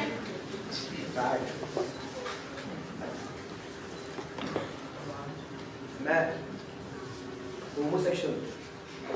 मुझे पता है। इस बात से क्या फर्क पड़ता है? इससे आपको मुझसे प्यार करना बंद नहीं करना चाहिए। ये चीज मुझे तुमसे प्यार करने से रोकेगी। मैं अपने लिए ऐसी जिंदगी नहीं चाहता और मैं जानता हूं कि तुम भी नहीं चाहोगे।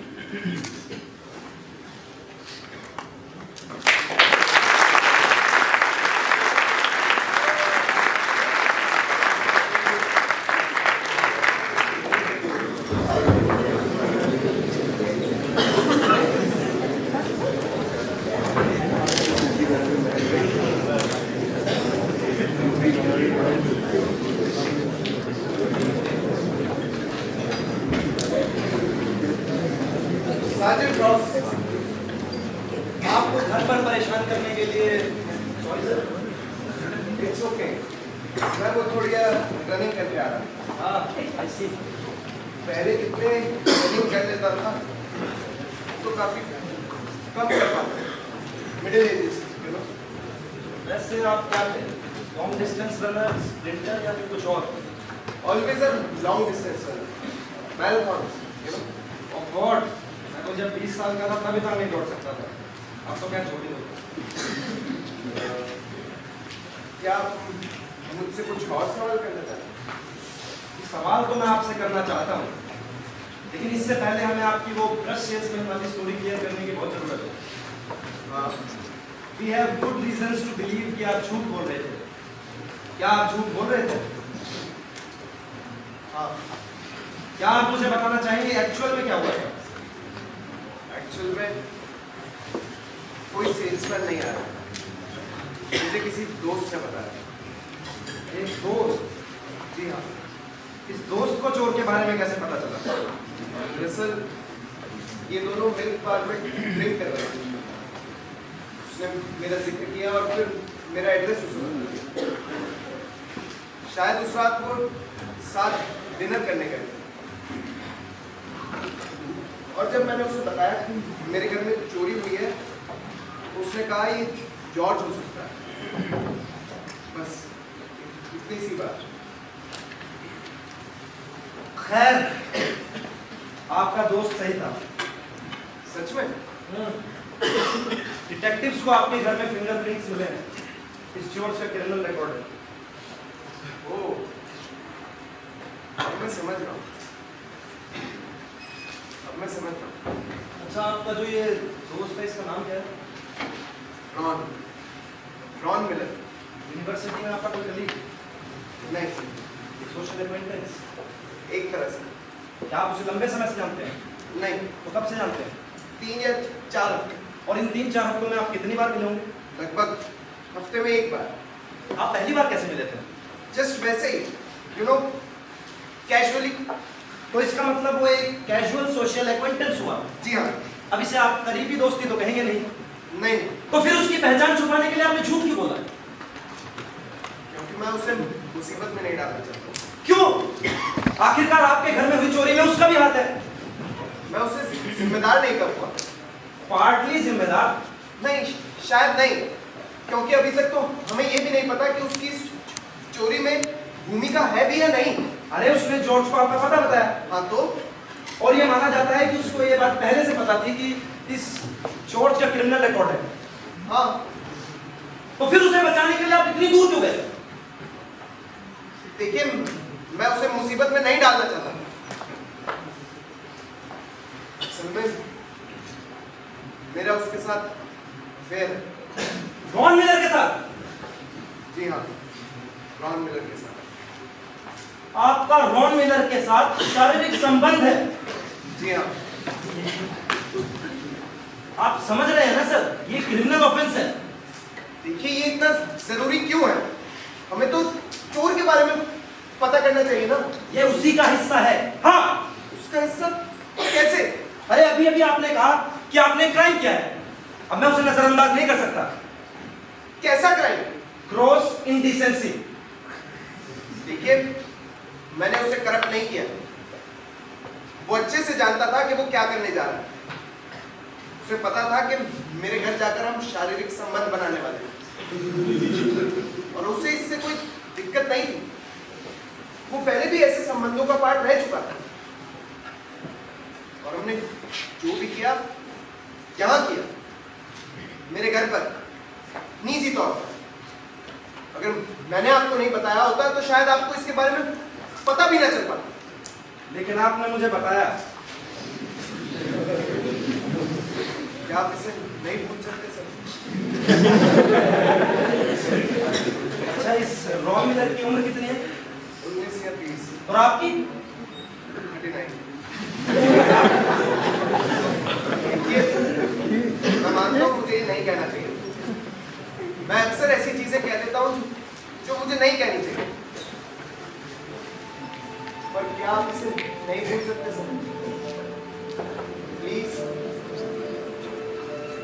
अच्छा, अगर मैं बयान दूं तो उससे स्थिति कैसे बदलेगी? ये टोटली आप पर डिपेंड करता है सर। ठीक है। हाँ, मैं बयान करूं। इसके लिए मुझे आपके साथ पुलिस स्टेशन चलना होगा। मैं तैयार हूं।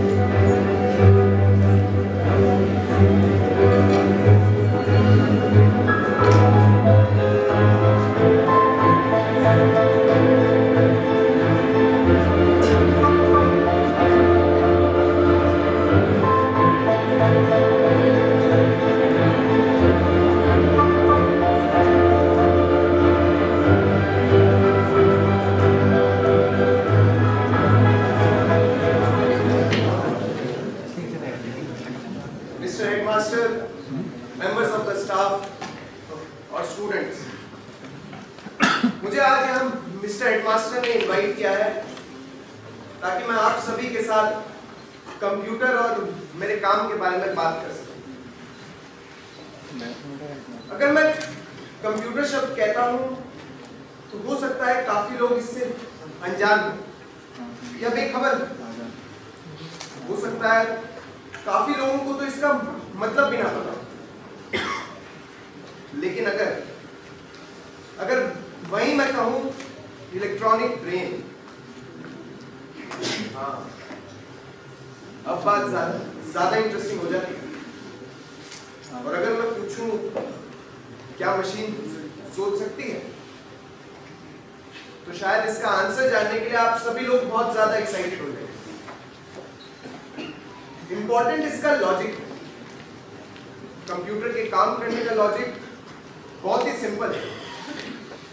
ये एक बेसिक इंस्ट्रक्शंस की लिस्ट फॉलो करता है जिसे हम प्रोग्राम कहते हैं, और फिर एक एक करके केयरफुली इस सभी इंस्ट्रक्शंस को एग्जीक्यूट करता है। मैं मानता हूं कंप्यूटर्स बहुत तेजी से कैलकुलेशन करते हैं, लेकिन प्रोग्राम को सिर्फ डिजिट से मतलब नहीं होता। मेरे एक कलीग ने तो कंप्यूटर से जिंगल बेल्स की ट्यून भी बजाई, यहां तक कि लव लेटर्स भी लिखा है। कैलकुलेशंस करना, ट्यून बजाना, लव लेटर लिखना, ये सभी अलग अलग काम। But all this is possible just with the help of a single machine. अब आप ये कहेंगे कि क्या मशीन खुद सोच सकती है? बहुत से लोग ये कहेंगे कि कंप्यूटर सिर्फ वही काम कर सकता है जो हम उसे करने को। और शुरुआत में ये सच भी लगता है। But this is just a beginning. हम एक कंप्यूटर को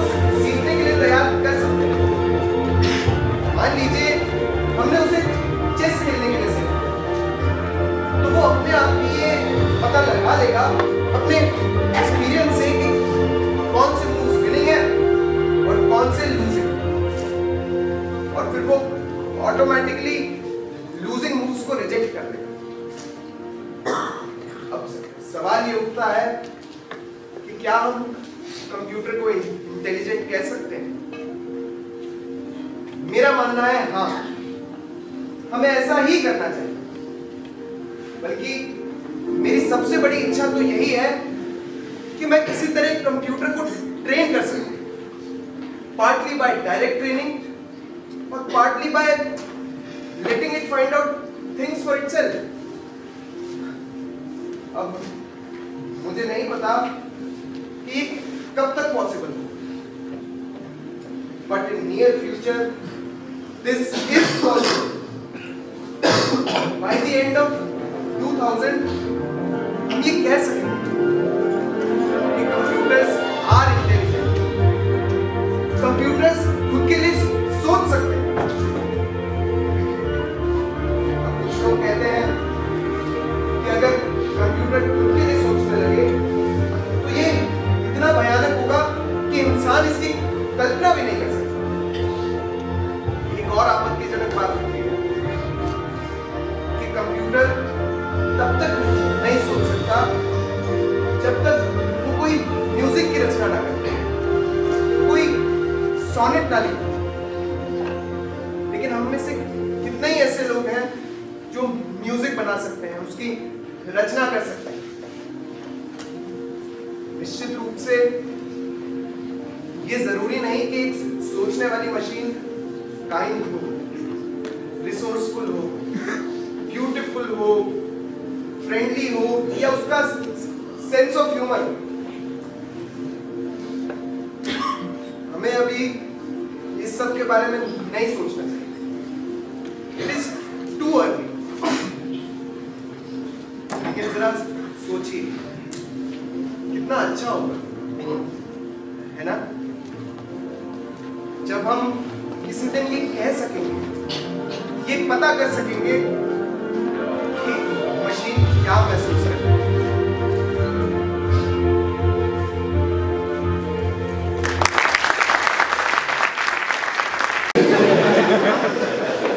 लोग अपनी पूरी किताबों के बीच में बिता देते हैं। ये वैसा नहीं है। तो फिर क्या है?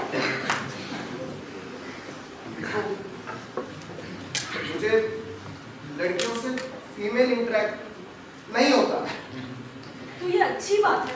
आजकल वैसे भी लोग कितनी जल्दी डिवोर्स ले रहे हैं। और आप समझने की कोशिश क्यों नहीं कर रहे हैं? मैं पूरी कोशिश कर रही हूँ।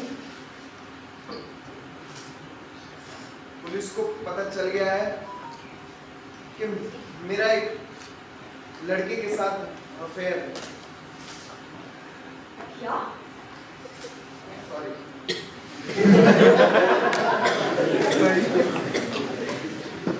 लड़के के साथ?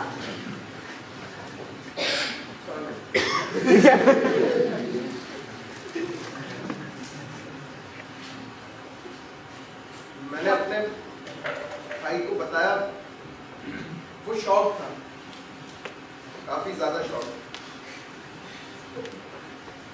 क्या तुम हमेशा से ऐसे थे? हाँ। हमेशा से?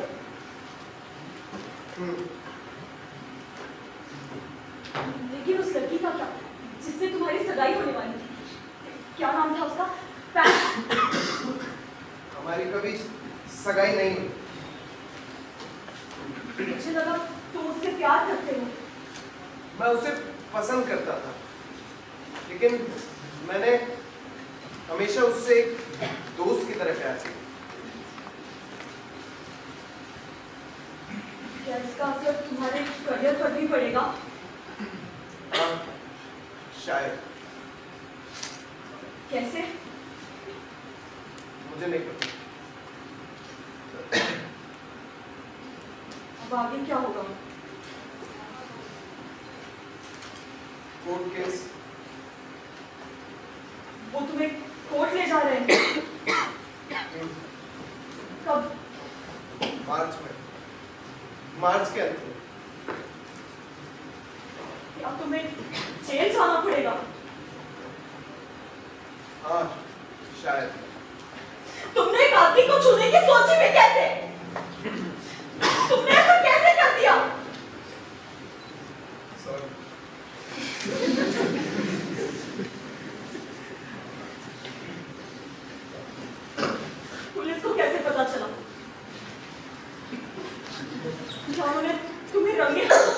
इस लड़के के साथ मैंने खुद उन्हें जाके बता दिया।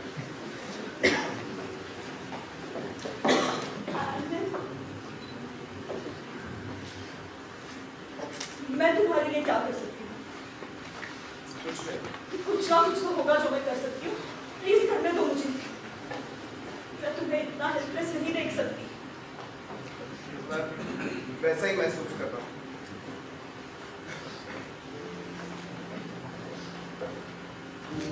क्या तुम्हें याद है जब तुम हेजल हॉस्टल में थे? हॉलीडेज में हम स्कॉटलैंड गए थे। हाँ, मुझे याद है।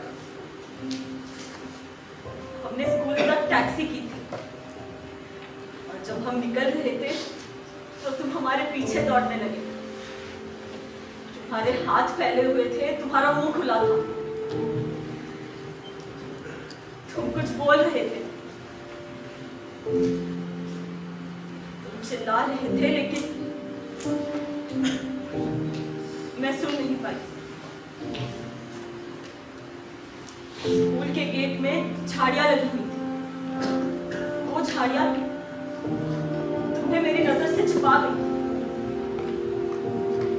एक पल के लिए मुझे घबराहट सी होने लगी, मानो मेरी सांसें रुक गई। मैं चाहती थी टैक्सी से कूद जाऊं, दौड़कर तुम्हें अपनी बाहों में ले लूं, तुम्हें हमेशा के लिए अपने पास रखूं। मुझे नहीं पता था कि आप ऐसा महसूस करोगे।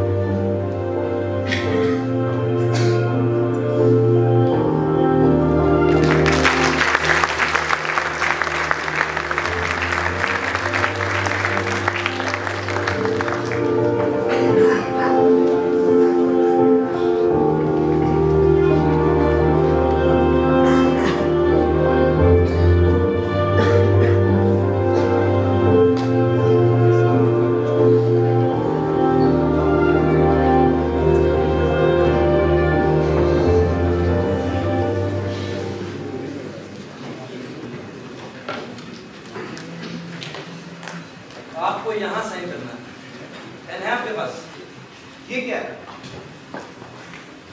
I, Alan Matheson Dury, is hereby told by Detective Sergeant Ross that I am not obliged to make any statement, and what I now say may be used as an evidence. On that understanding, I make the following statement.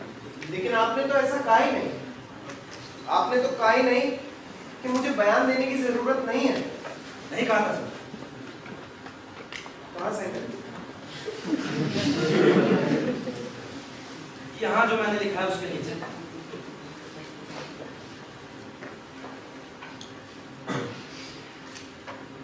Thank you. अब शुरू हो जाइए। आप जानना क्या चाहते हैं? यही कि आप और रॉन मिलर कैसे मिले और जब वो आपके घर आया तो क्या हुआ था? ठीक है। क्या आप चाहते हैं कि मैं तारीखें वगैरह भी बताऊं? अगर आप बता सकें तो। ठीक है। 16 दिसंबर 1951 मैं रॉन से मैनचेस्टर में ऑक्सफोर्ड रोड स्टेशन के पास एक पब में मिला। फिर नेक्स्ट वीकेंड मैंने उसे अपने घर पर इनवाइट किया। माफ करना, जरा देरी हो गई। बस स्टॉप पे लेट थी। करीब आधा घंटा इंतजार किया होगा मैंने। जैकेट उतार दो, मैं तुम्हारे लिए ड्रिंक लेकर आता मुझे लगा था कि तुम्हें लगा होगा कि मैं आऊंगा ही नहीं। हूँ। मुझे लगा था कि शायद तुमने अपना इरादा ही बदल दिया। मैंने कहा था कि मैं आऊंगा और देखो मैं आ गया। कैसा लगा मुझे देखकर? बहुत अच्छा। जैकेट उतार दो।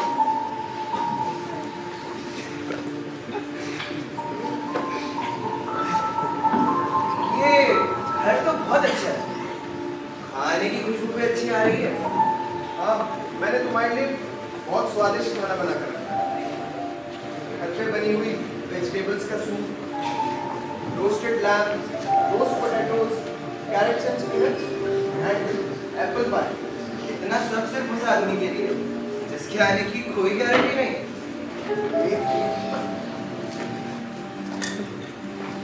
फिर हमने डिनर किया, एक बॉटल वाइन पी, फिर हमने मेरे काम के बारे में बात की। फिर मैंने उसे वॉर एंड पीस के बारे में बताया। इस बारे में टॉलस्टॉय की किताब वॉर एंड पीस मुझे किसी ने गिफ्ट करी। It was impressive. मुझे वॉर की कहानियां पसंद है। ये असली वॉर की कहानी नहीं है, दरअसल ये दो आदमियों की कहानी, आंद्रे और पियर। आंद्रे बहुत एम्बिशियस था और बहुत एनर्जेटिक, लेकिन वो अपनी फीलिंग से डरता। पियर नॉर्मल है, ऑकवर्ड है और काफी अगली, but he is full of goodwill. I like it. लगता है वो मारा जाता है। आंद्रे मारा जाता है। बैटल ऑफ बोरोडिनो में उसे गोली लगती है। ये एक अच्छी किताब है। You should read it. Recording हो जाए? Sure. मेरे घर पर एक पुराना वायलिन है। पहले मैंने थोड़ी देर वायलिन बजाया, फिर रॉन ने कुछ ट्यून बजाई, फिर हमने मेरे काम के बारे में थोड़ी और बात की। ये सब शुरू कैसे हुआ? क्या तुम्हारा साइंस और ऐसी चीजों में इंटरेस्ट है? मुझे बचपन से ही इसमें बहुत इंटरेस्ट। बचपन से? हाँ, बचपन से। बल्कि उस समय तो नंबर्स ही मेरे दोस्त थे। हमारे मेरे दोस्त जैसे बाकी बच्चों के होते हैं, डॉल या टेडी बियर, वैसे ही नंबर्स मेरे दोस्त। वो बहुत भरोसेमंद थे, उन्होंने कभी मुझे निराश नहीं किया। और फिर जब मैं 9 या 10 साल का था तो मुझे एक किताब गिफ्ट मिली, नेचुरल वंडर्स एवरी चाइल्ड। इस किताब में लिखा था कि इंसान एक मशीन है, उसमें लाइफ को एक इतने इंटरेस्टिंग एक्सपेरिमेंट की तरह बताया गया था जिससे मैं इसमें और भी नहीं हूँ। And that's when the first offense occurred. Yes. मुझे पूरा बताओ क्या हुआ था। मैं जब उनके घर पहुंचा तो हमने उनके इलेक्ट्रॉनिक ब्रेन के काम के बारे में बात की। फिर हम उन किताबों के बारे में बात करने लगे जो उन्होंने पढ़ी थी। फिर उन्होंने मुझे अपने पास सोफे पर बैठने बुलाया और फिर हम करीब आ गए। अगर मशीन को किसी ब्रेन पर रिलेट करना है तो उसे ऐसे बिहेव करना होगा जैसे उसके थॉट्स इंडिपेंडेंट है। इसका मतलब क्या है?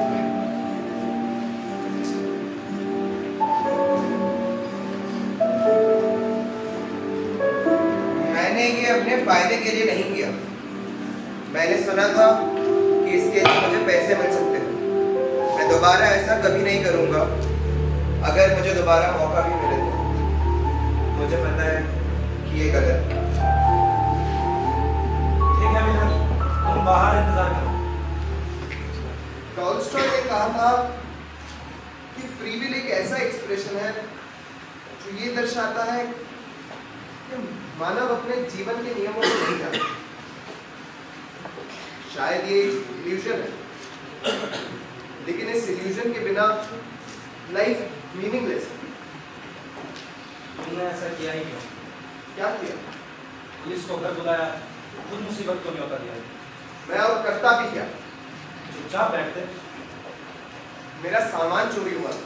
कोई इतनी बड़ी चोरी तो हुई नहीं थी, और ऊपर से तुम्हारा वो ब्रश सेल्समैन वाला ड्रामा। मैंने इतनी बकवास अपनी जिंदगी में नहीं सुनी। तुम्हें लगता होगा मैं तो बेवकूफ हूँ। देखो, मैं रॉन को इसमें नहीं घसीटना चाहता। मुझे कुछ कहना था, लेकिन रॉन को इसमें शामिल नहीं करना चाहता। हमें कभी ना कभी पता चल ही जाता। जरूरी नहीं। जरूरी है। सवाल पूछे जाते हैं और उनके जवाब और सवालों की तरफ ले जाते हैं। जैसे एक अधेड़ उम्र का अनमैरिड प्रोफेसर ऑक्सफोर्ड रोड से मेरे एक नौजवान के साथ वीकेंड क्यों बिता रहा है? इसमें किसी जीनियस की जरूरत नहीं है। सुनो, देखो, मेरा सामान चोरी हुआ था। मुझे पता था कि जॉर्ज नहीं चुराया और मैं उसे ऐसे बच के जाने नहीं देना चाहता। अगर मैं चुप रहता तो ये ब्लैकमेल के सामने झुकना होता और मैं ऐसा हरगिज नहीं कर सकता। ठीक है, वो तुम्हारा फैसला था, लेकिन तुम्हें अंदाजा तो रहा होगा ना कि क्या होगा। नहीं, बिल्कुल नहीं। तुमने सच में इस पर कुछ नहीं सोचा? नहीं, उस वक्त नहीं। मुझे नहीं पता था कि तुम मुझे एक क्रिमिनल की तरह ट्रीट करो। कोई और चारा ही नहीं था। अब कोई सामने से आकर कहे कि उसने क्राइम किया है, फिर मैं उसे नजरअंदाज नहीं कर सकता। रॉन के साथ मेरा संबंध कोई क्राइम तो नहीं। It is against the law. ये इतना सीधा नहीं। तुम्हारे ओपिनियन और तुम्हारा ओपिनियन कैसे डिफरेंट है? देखो, मुझे फर्क नहीं पड़ता कि तुम और रॉन मिलकर क्या करते हो, but if it is against the law then I have to do something. क्या तुम्हें परेशान नहीं करता? परेशान क्यों करेगा? क्योंकि ये कानून सभी चीजों को काला या सफेद बना देता है, सही या गलत। Life is way more complex than this. फैसले तो लेने ही पड़ते हैं मिस्टर ट्यूरिंग, और अगर हम खुद फैसले नहीं ले सकते तो हमें किसी और को उन्हें लेने देना चाहिए या फिर किसी और चीज को। और हमारे पास जो चीज है उसका नाम है लॉ, और इस केस में उसका मतलब है मैं। There is nothing personal mister Turing. मैं समझ सकता हूँ आप कैसा महसूस कर रहे होंगे। तुम नहीं समझ सकते। हाँ, शायद मैं नहीं समझ सकता। तुम कैसे ही समझ सकते? तुमने सही कहा, मैं नहीं समझ सकता। तुम्हें कोर्ट प्रोसीडिंग्स का ऑफिशियल नोटिफिकेशन जल्दी ही मिल जाएगा। और हाँ, वहाँ चीज़ें थोड़ी सिंपल रखना। लोकल मजिस्ट्रेट को ये मैथमेटिक्स वगैरह ज़्यादा पसंद नहीं आएगा।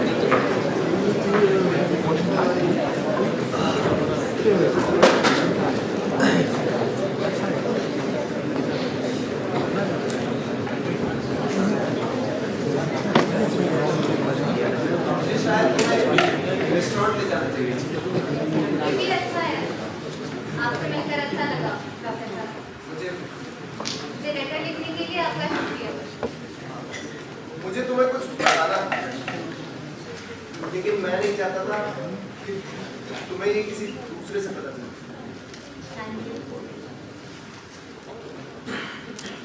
ये news of the world northern edition में चला, उसकी एक हेडलाइन थी, Hughes had powerful brains। पहले तो मुझे लगा कि हालात और खराब हो सकते हैं, लेकिन जिस चीज ने मुझे सबसे ज्यादा परेशान किया वो थी हेडलाइन में पास्ट टेंस का use. I had powerful brains। मैंने आपके बारे में बहुत सोचा, तो आपके लिए कितना भयानक रहा होगा। जितना मैंने सोचा था कि उतना खराब भी नहीं। ट्रायल के दौरान मुझे जेल में रखा, सलाखों के पीछे का एक्सपीरियंस खराब नहीं था। ये वैसे ही था जैसे जिम्मेदारियों से छुटकारा पाना, भाई स्कूल वाला माहौल। पर क्या आपको कभी लगा था कि वो आपको जेल भेज देंगे? नहीं, बिल्कुल नहीं। मैं पहली बार किसी अपराध में पकड़ा गया था, पहली बार। क्या मजाक था। मुझे लगा था वो मुझे प्रोबेशन पर छोड़ देंगे, दवाइयाँ दे रहे हैं। कैसी दवाई? Oestrogen, female sex hormone. मैंने सुना है इससे मेल्स की सेक्स ड्राइव कम हो जाती है। ये लगभग 1 साल और चलेगा, फिर सब कुछ नॉर्मल हो जाएगा। पर ये काफी खतरनाक है, क्या आप मना नहीं कर सकते थे? मैं मजबूर हूँ। उन्होंने मुझे इसी शर्त पर छोड़ा है कि मुझे ट्रीटमेंट लेना ही होगा। पर एलन, ये बहुत ज्यादा खतरनाक है।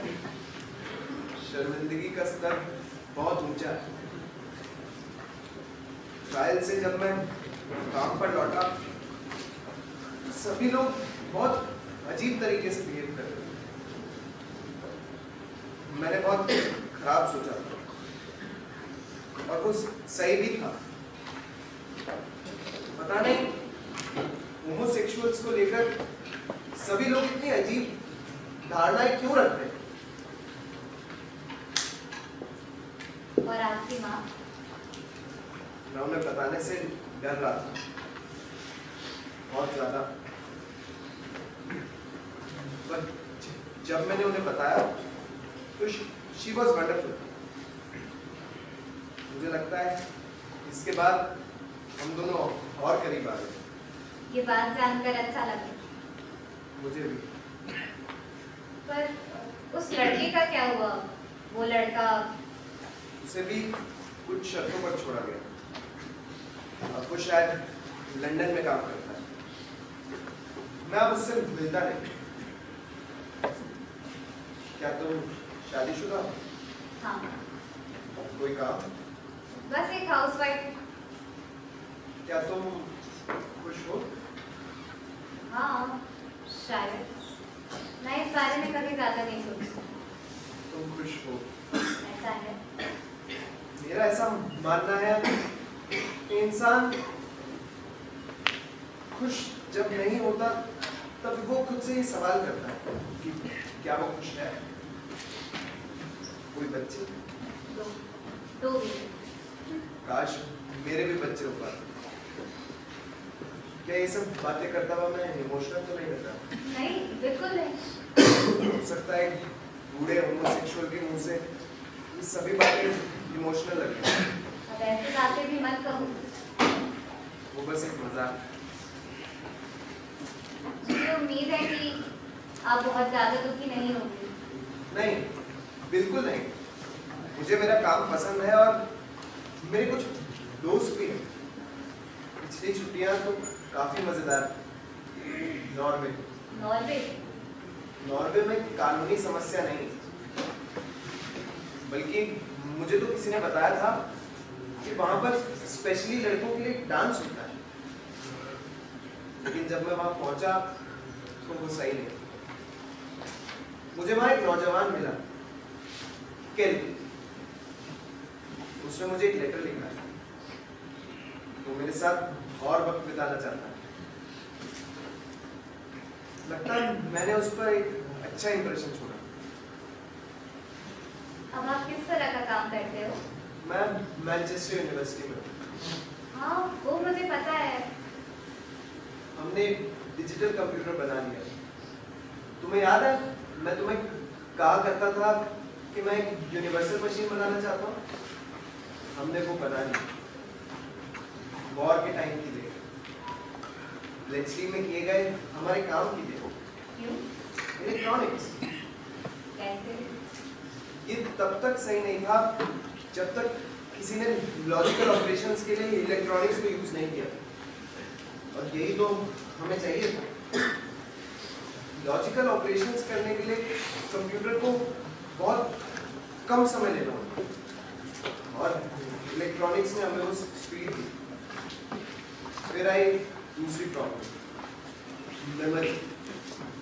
हमने अकॉस्टिक डिले लाइन की मदद से मेमोरी बनाई। मतलब साउंड वेव्स का इस्तेमाल करके? हाँ, साउंड वेव्स का इस्तेमाल करके। साउंड वेव्स लगभग एक पाइप में 1 फीट 1000 सेकेंड में ट्रैवल करती है। और जब तक ये वेव्स ट्रैवल करती है तब तक डेटा स्टोर होता रहता है। रडार वालों ने भी वॉर के टाइम यही यूज किया था। हाँ, ये आइडिया हमने वहीं से उतार लिया। अच्छा, क्या तुम्हें याद है वो एक गर्मी का दिन जब तुम्हें लगा था कि मैं तुमसे प्यार करता हूँ? उसके बाद मैं बहुत रोई। तुम बिल्कुल नहीं। आपसे ये बात सुनकर अच्छा लगा। मानो वक्त बहुत जल्दी गुजर गया, है ना? मानो एक जिंदगी गुजर गई। आपको मिस्टर नॉक्स याद है? हाँ, मैं उनसे मिलने गई थी जब उनकी तबीयत काफी खराब थी। वो उनका आखिरी समय था। मिस्टर नॉक्स एक इंटरेस्टिंग इंसान है। हाँ, मुझे लगता है आप जानते होंगे कि वो होमोसेक्सुअल है। मुझे इसका अंदाजा नहीं है। खैर, मुझे नहीं लगता किसी ने इस बात पर ज्यादा ध्यान दिया। जब आप स्कूल या कॉलेज में होते हो तो हर चीज अलग ही होती है। ये कितना सही है ना? जब जवानी में हो तो मन मर्जी कर लो, और जब बुढ़ापा है तो समाज के रंग में ढल जाओ। मुझे तुमसे शादी कर लेनी चाहिए, फिर शायद ये सब कुछ नहीं हुआ। तो आपने की क्यों नहीं? बेवकूफ। हाँ, आप आइसक्रीम खाना चाहोगे? मैं लेकर आता हूँ।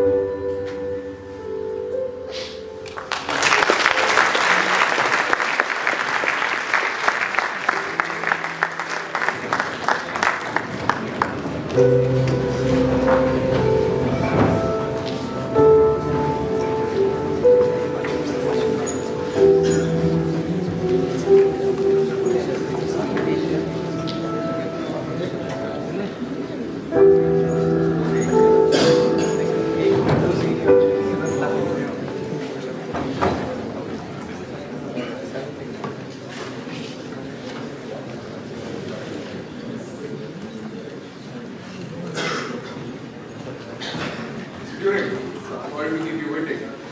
आज सब कुछ अस्त-व्यस्त है। मेरी सेक्रेटरी को फ्लू हो गया है और जो नई लड़की आई है वो शायद ठीक से जान भी नहीं उसे जाना है। इतने शॉर्ट नोटिस पर आने के लिए शुक्रिया, बहुत सराहना करता हूँ। आपका लेटर थोड़ा वेग था। क्या वाकई? ऑफिशियल था लेकिन वेग था। खैर, ये उन चीजों में से एक है जो मीटिंग में करना बेहतर होता है, ना कि टेलीफोन पे। असल में बात सिर्फ सच में रहने की है। क्या मतलब? आप एक शानदार व्यक्ति है मिस्टर ड्यूरे, हर लिहाज से अनोखे, और इसे इनकार करने का कोई फायदा नहीं है। मैं इनकार करने जा ही नहीं रहा। हमारे देश की ये आदत रही है कि इंटेलिजेंट लोगों को फॉर ग्रांटेड लेता है। ये एक गलती है, गंभीर गलती। तुम ऐसी गलतियां दोहरानी। आपका नाम क्या है? सॉरी, दरअसल मैं आपको जानता नहीं। Sorry, my name is Smith, John Smith. कोई मानता नहीं, होटल वालों के साथ मुझे बड़ी दिक्कत होती है। खैर, मुद्दा ये है कि ये मानना मूर्खता होगी कि आपकी होमोसेक्सुअलिटी ने कुछ परेशानियां, कुछ चिंताएं नहीं पैदा की हैं। इसके लिए लेकिन अगर हम इस स्थिति पर समझदारी से बात कर सके तो मैं ये मानता हूँ कि इन चिंताओं को कम से कम किया जा सकता है। कैसी चिंता है? जैसा कि मैंने कहा, ये सिर्फ टच में रहने की बात है। क्या आप सिक्योरिटी से जुड़ी बात कर रहे हैं? बिल्कुल, मैं जानता हूँ कि आप इंटेलिजेंस से जुड़े नहीं रहे जब से आपकी कानून के साथ थोड़ी मुश्किलें रही, फिर भी ज्ञान तो बना रहता है ना? आपका मतलब क्या है? हमें सतर्क रहना होगा, और भी ज्यादा सतर्क। An unguarded bird could so easily fall into the wrong hand. और सिर्फ हम ही नहीं, अमेरिकन भी चौंकने लगे हैं। हमें उनकी बात पर ध्यान देना पड़ता है, जरूरी है।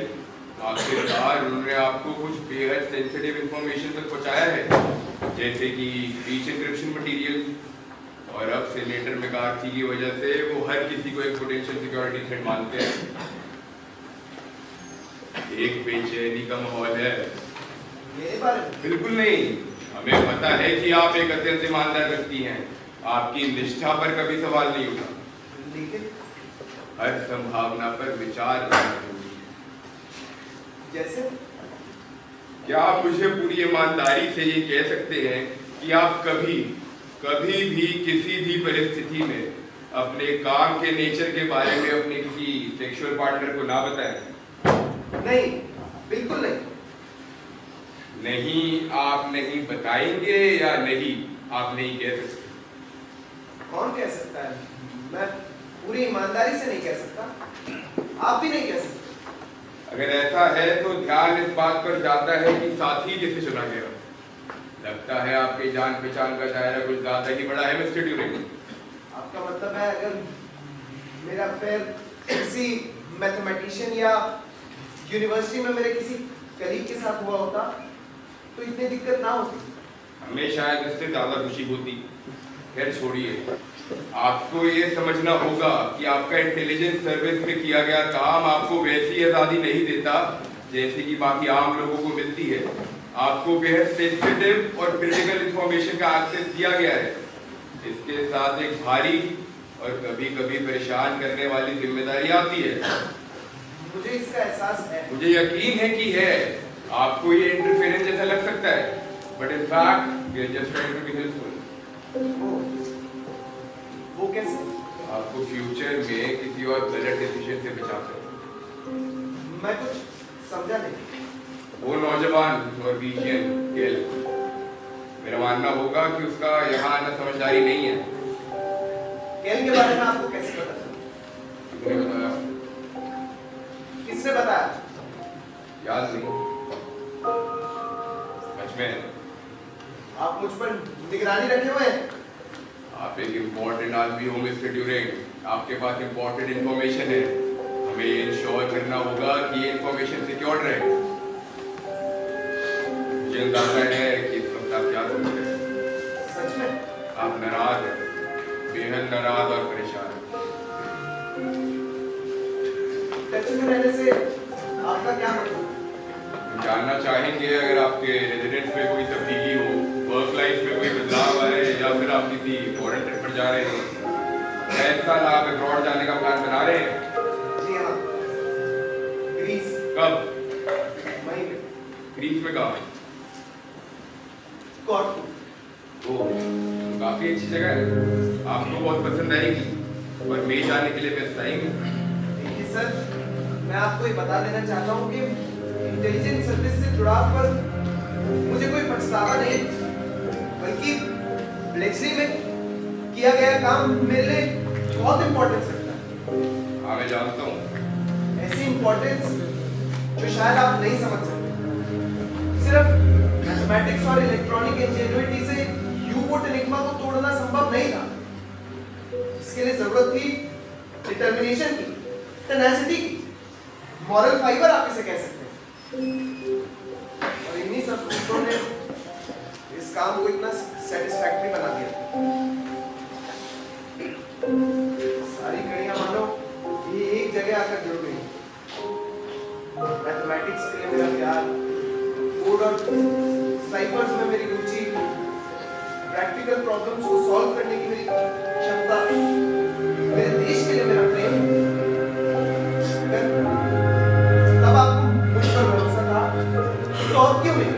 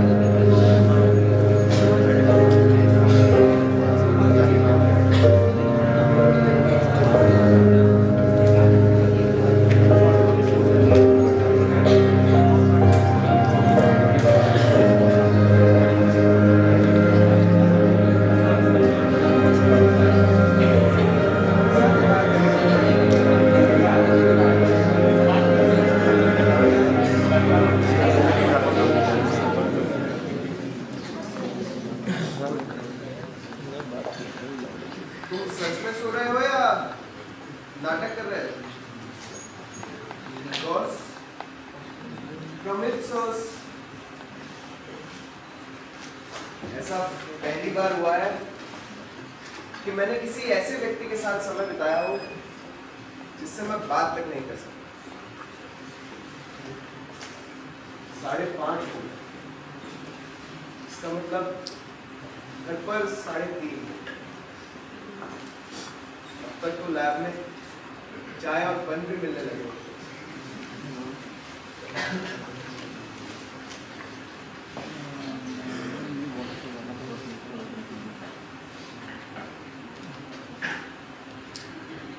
ये काम क्यों नहीं कर रहा? जिंदगी में ज्यादा चीजों से उम्मीद रखनी नहीं चाहिए।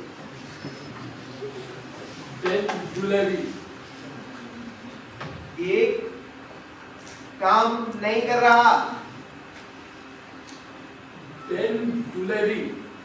तुम्हारा वायरलेस काम नहीं कर रहा। क्या तुम यही कह रहे हो कि काम नहीं कर रहा?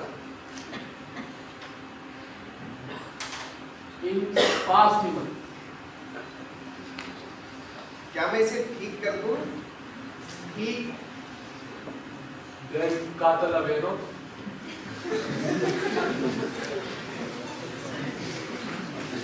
मैं इसे ठीक कर रहा हूं, ठीक है? ओके।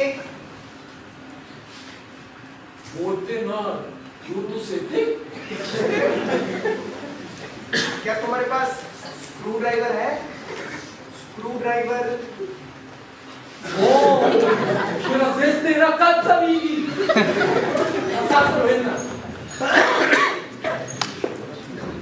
पता नहीं क्या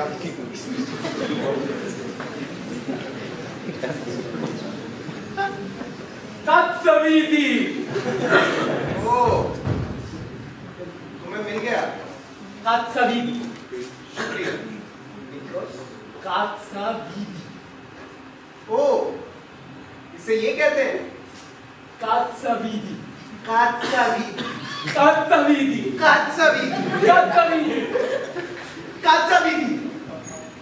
thank you Nikos from Ipsos. तुम एक अच्छे लिस्टर हो। वैसे अब मुझे पता है कि अगर मैं ग्रीस गया तो स्क्रू ड्राइवर कैसे मारूं। तुम्हें एक जंगियन थेरेपिस्ट के पास जाना चाहिए। 2 साल पहले मेरी ब्रिटिश सरकार के साथ थोड़ी आनाकानी हो गई। क्रॉस इंडिसेंसी, इसे वहां यही कहते हैं। इसलिए मुझे थेरेपिस्ट के पास जाना।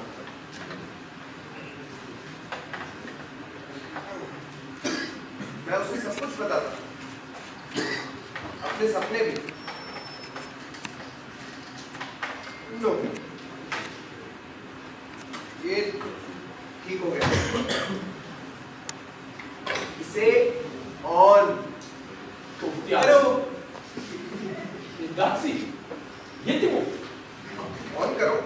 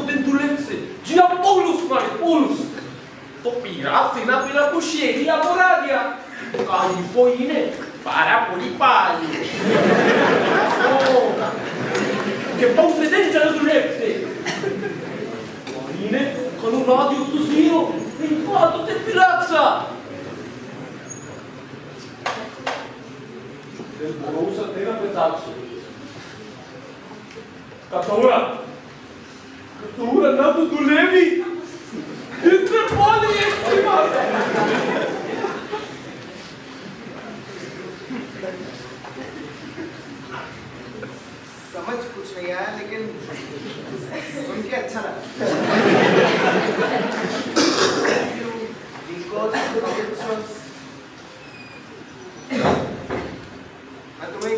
राज की बात बताऊंगा।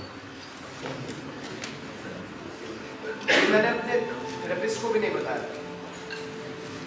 लेकिन क्योंकि तुम्हें इसमें से कुछ भी समझ आने वाला नहीं है, ठीक।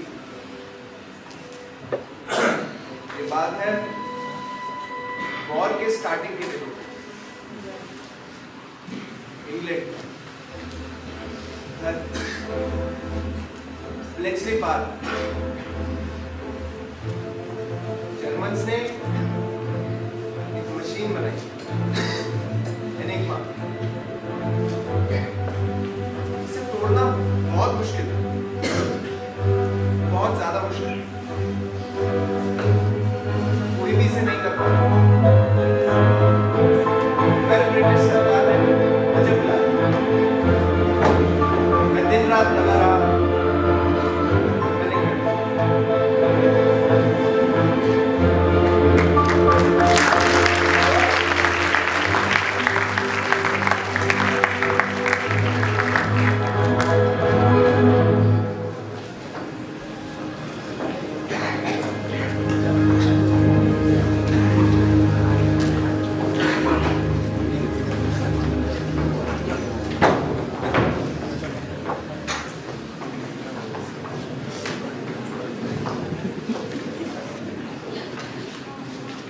Please be comfortable Mrs today. आप कुछ लेंगे, चाय या कॉफी? नहीं, थैंक यू।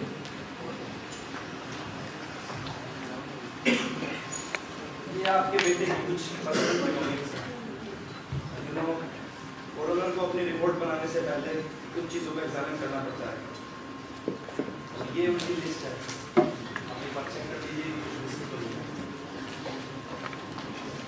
क्या मेरा देखना जरूरी है? Not if it upsets you. मुझे नहीं लगता कि मैं देख पाऊंगी। और हाँ, मैंने इसे अलग से रखा था, उनका मेडल, OBE।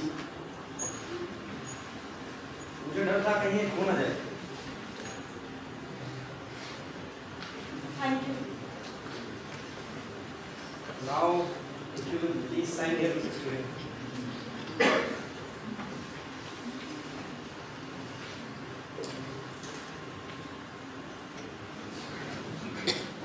Thank you.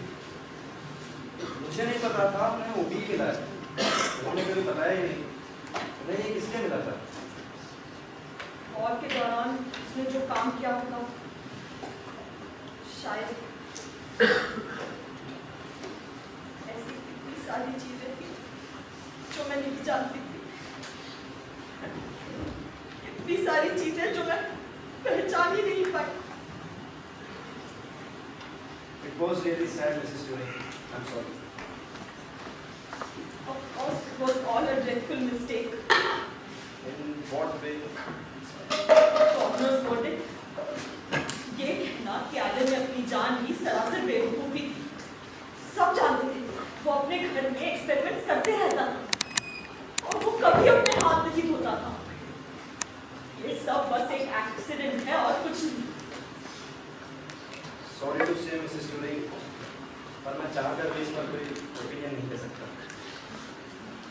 आप उससे मिले थे, क्या आपको लगता है वो एक ऐसा इंसान था जो सुसाइड कर सकता है?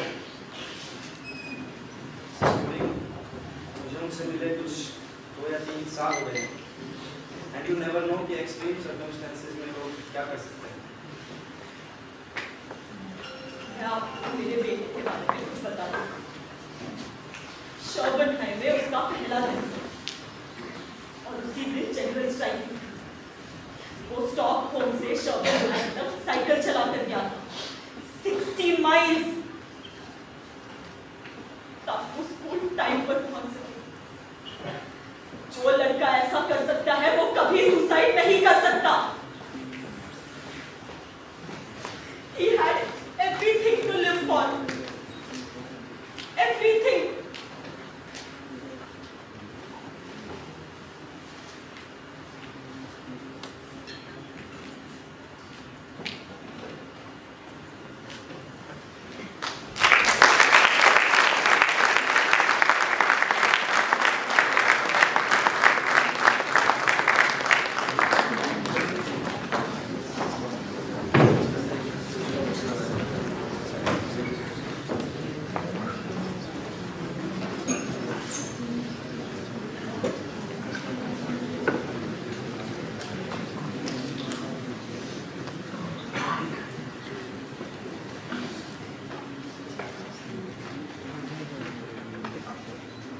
जरूरत इस बात की है कि विचारों को गंभीरता से लिया जाए और उन्हें उनके लॉजिकल, भले ही अपसेटिंग कंक्लूजन्स तक पहुंचाया जाए।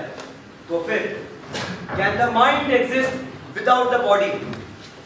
Can mental processes take place in something other than a living brain? हम इस सवाल का सैटिस्फैक्टरी आंसर कैसे दें? क्या ये पॉसिबल है, या फिर ये एक इटर्नल आइंस्टाइन्स प्रॉब्लम है, एक ऐसा क्वेश्चन जिसको कभी सॉल्व नहीं किया जा सकता? मैं एक प्रैक्टिकल इंसान हूं, थ्योरीज में विश्वास नहीं रखता, और प्रैक्टिकल इंसान होने के नाते समाधान की तलाश जरूरी हो जाती है। जैसे शरीर से छुटकारा पाने का उपाय, या जो बच गया है एक मन। मेरे पास एक ऑर्डिनरी एप्पल, रेड और राइट, और एक पोटेशियम साइनाइड की टिन।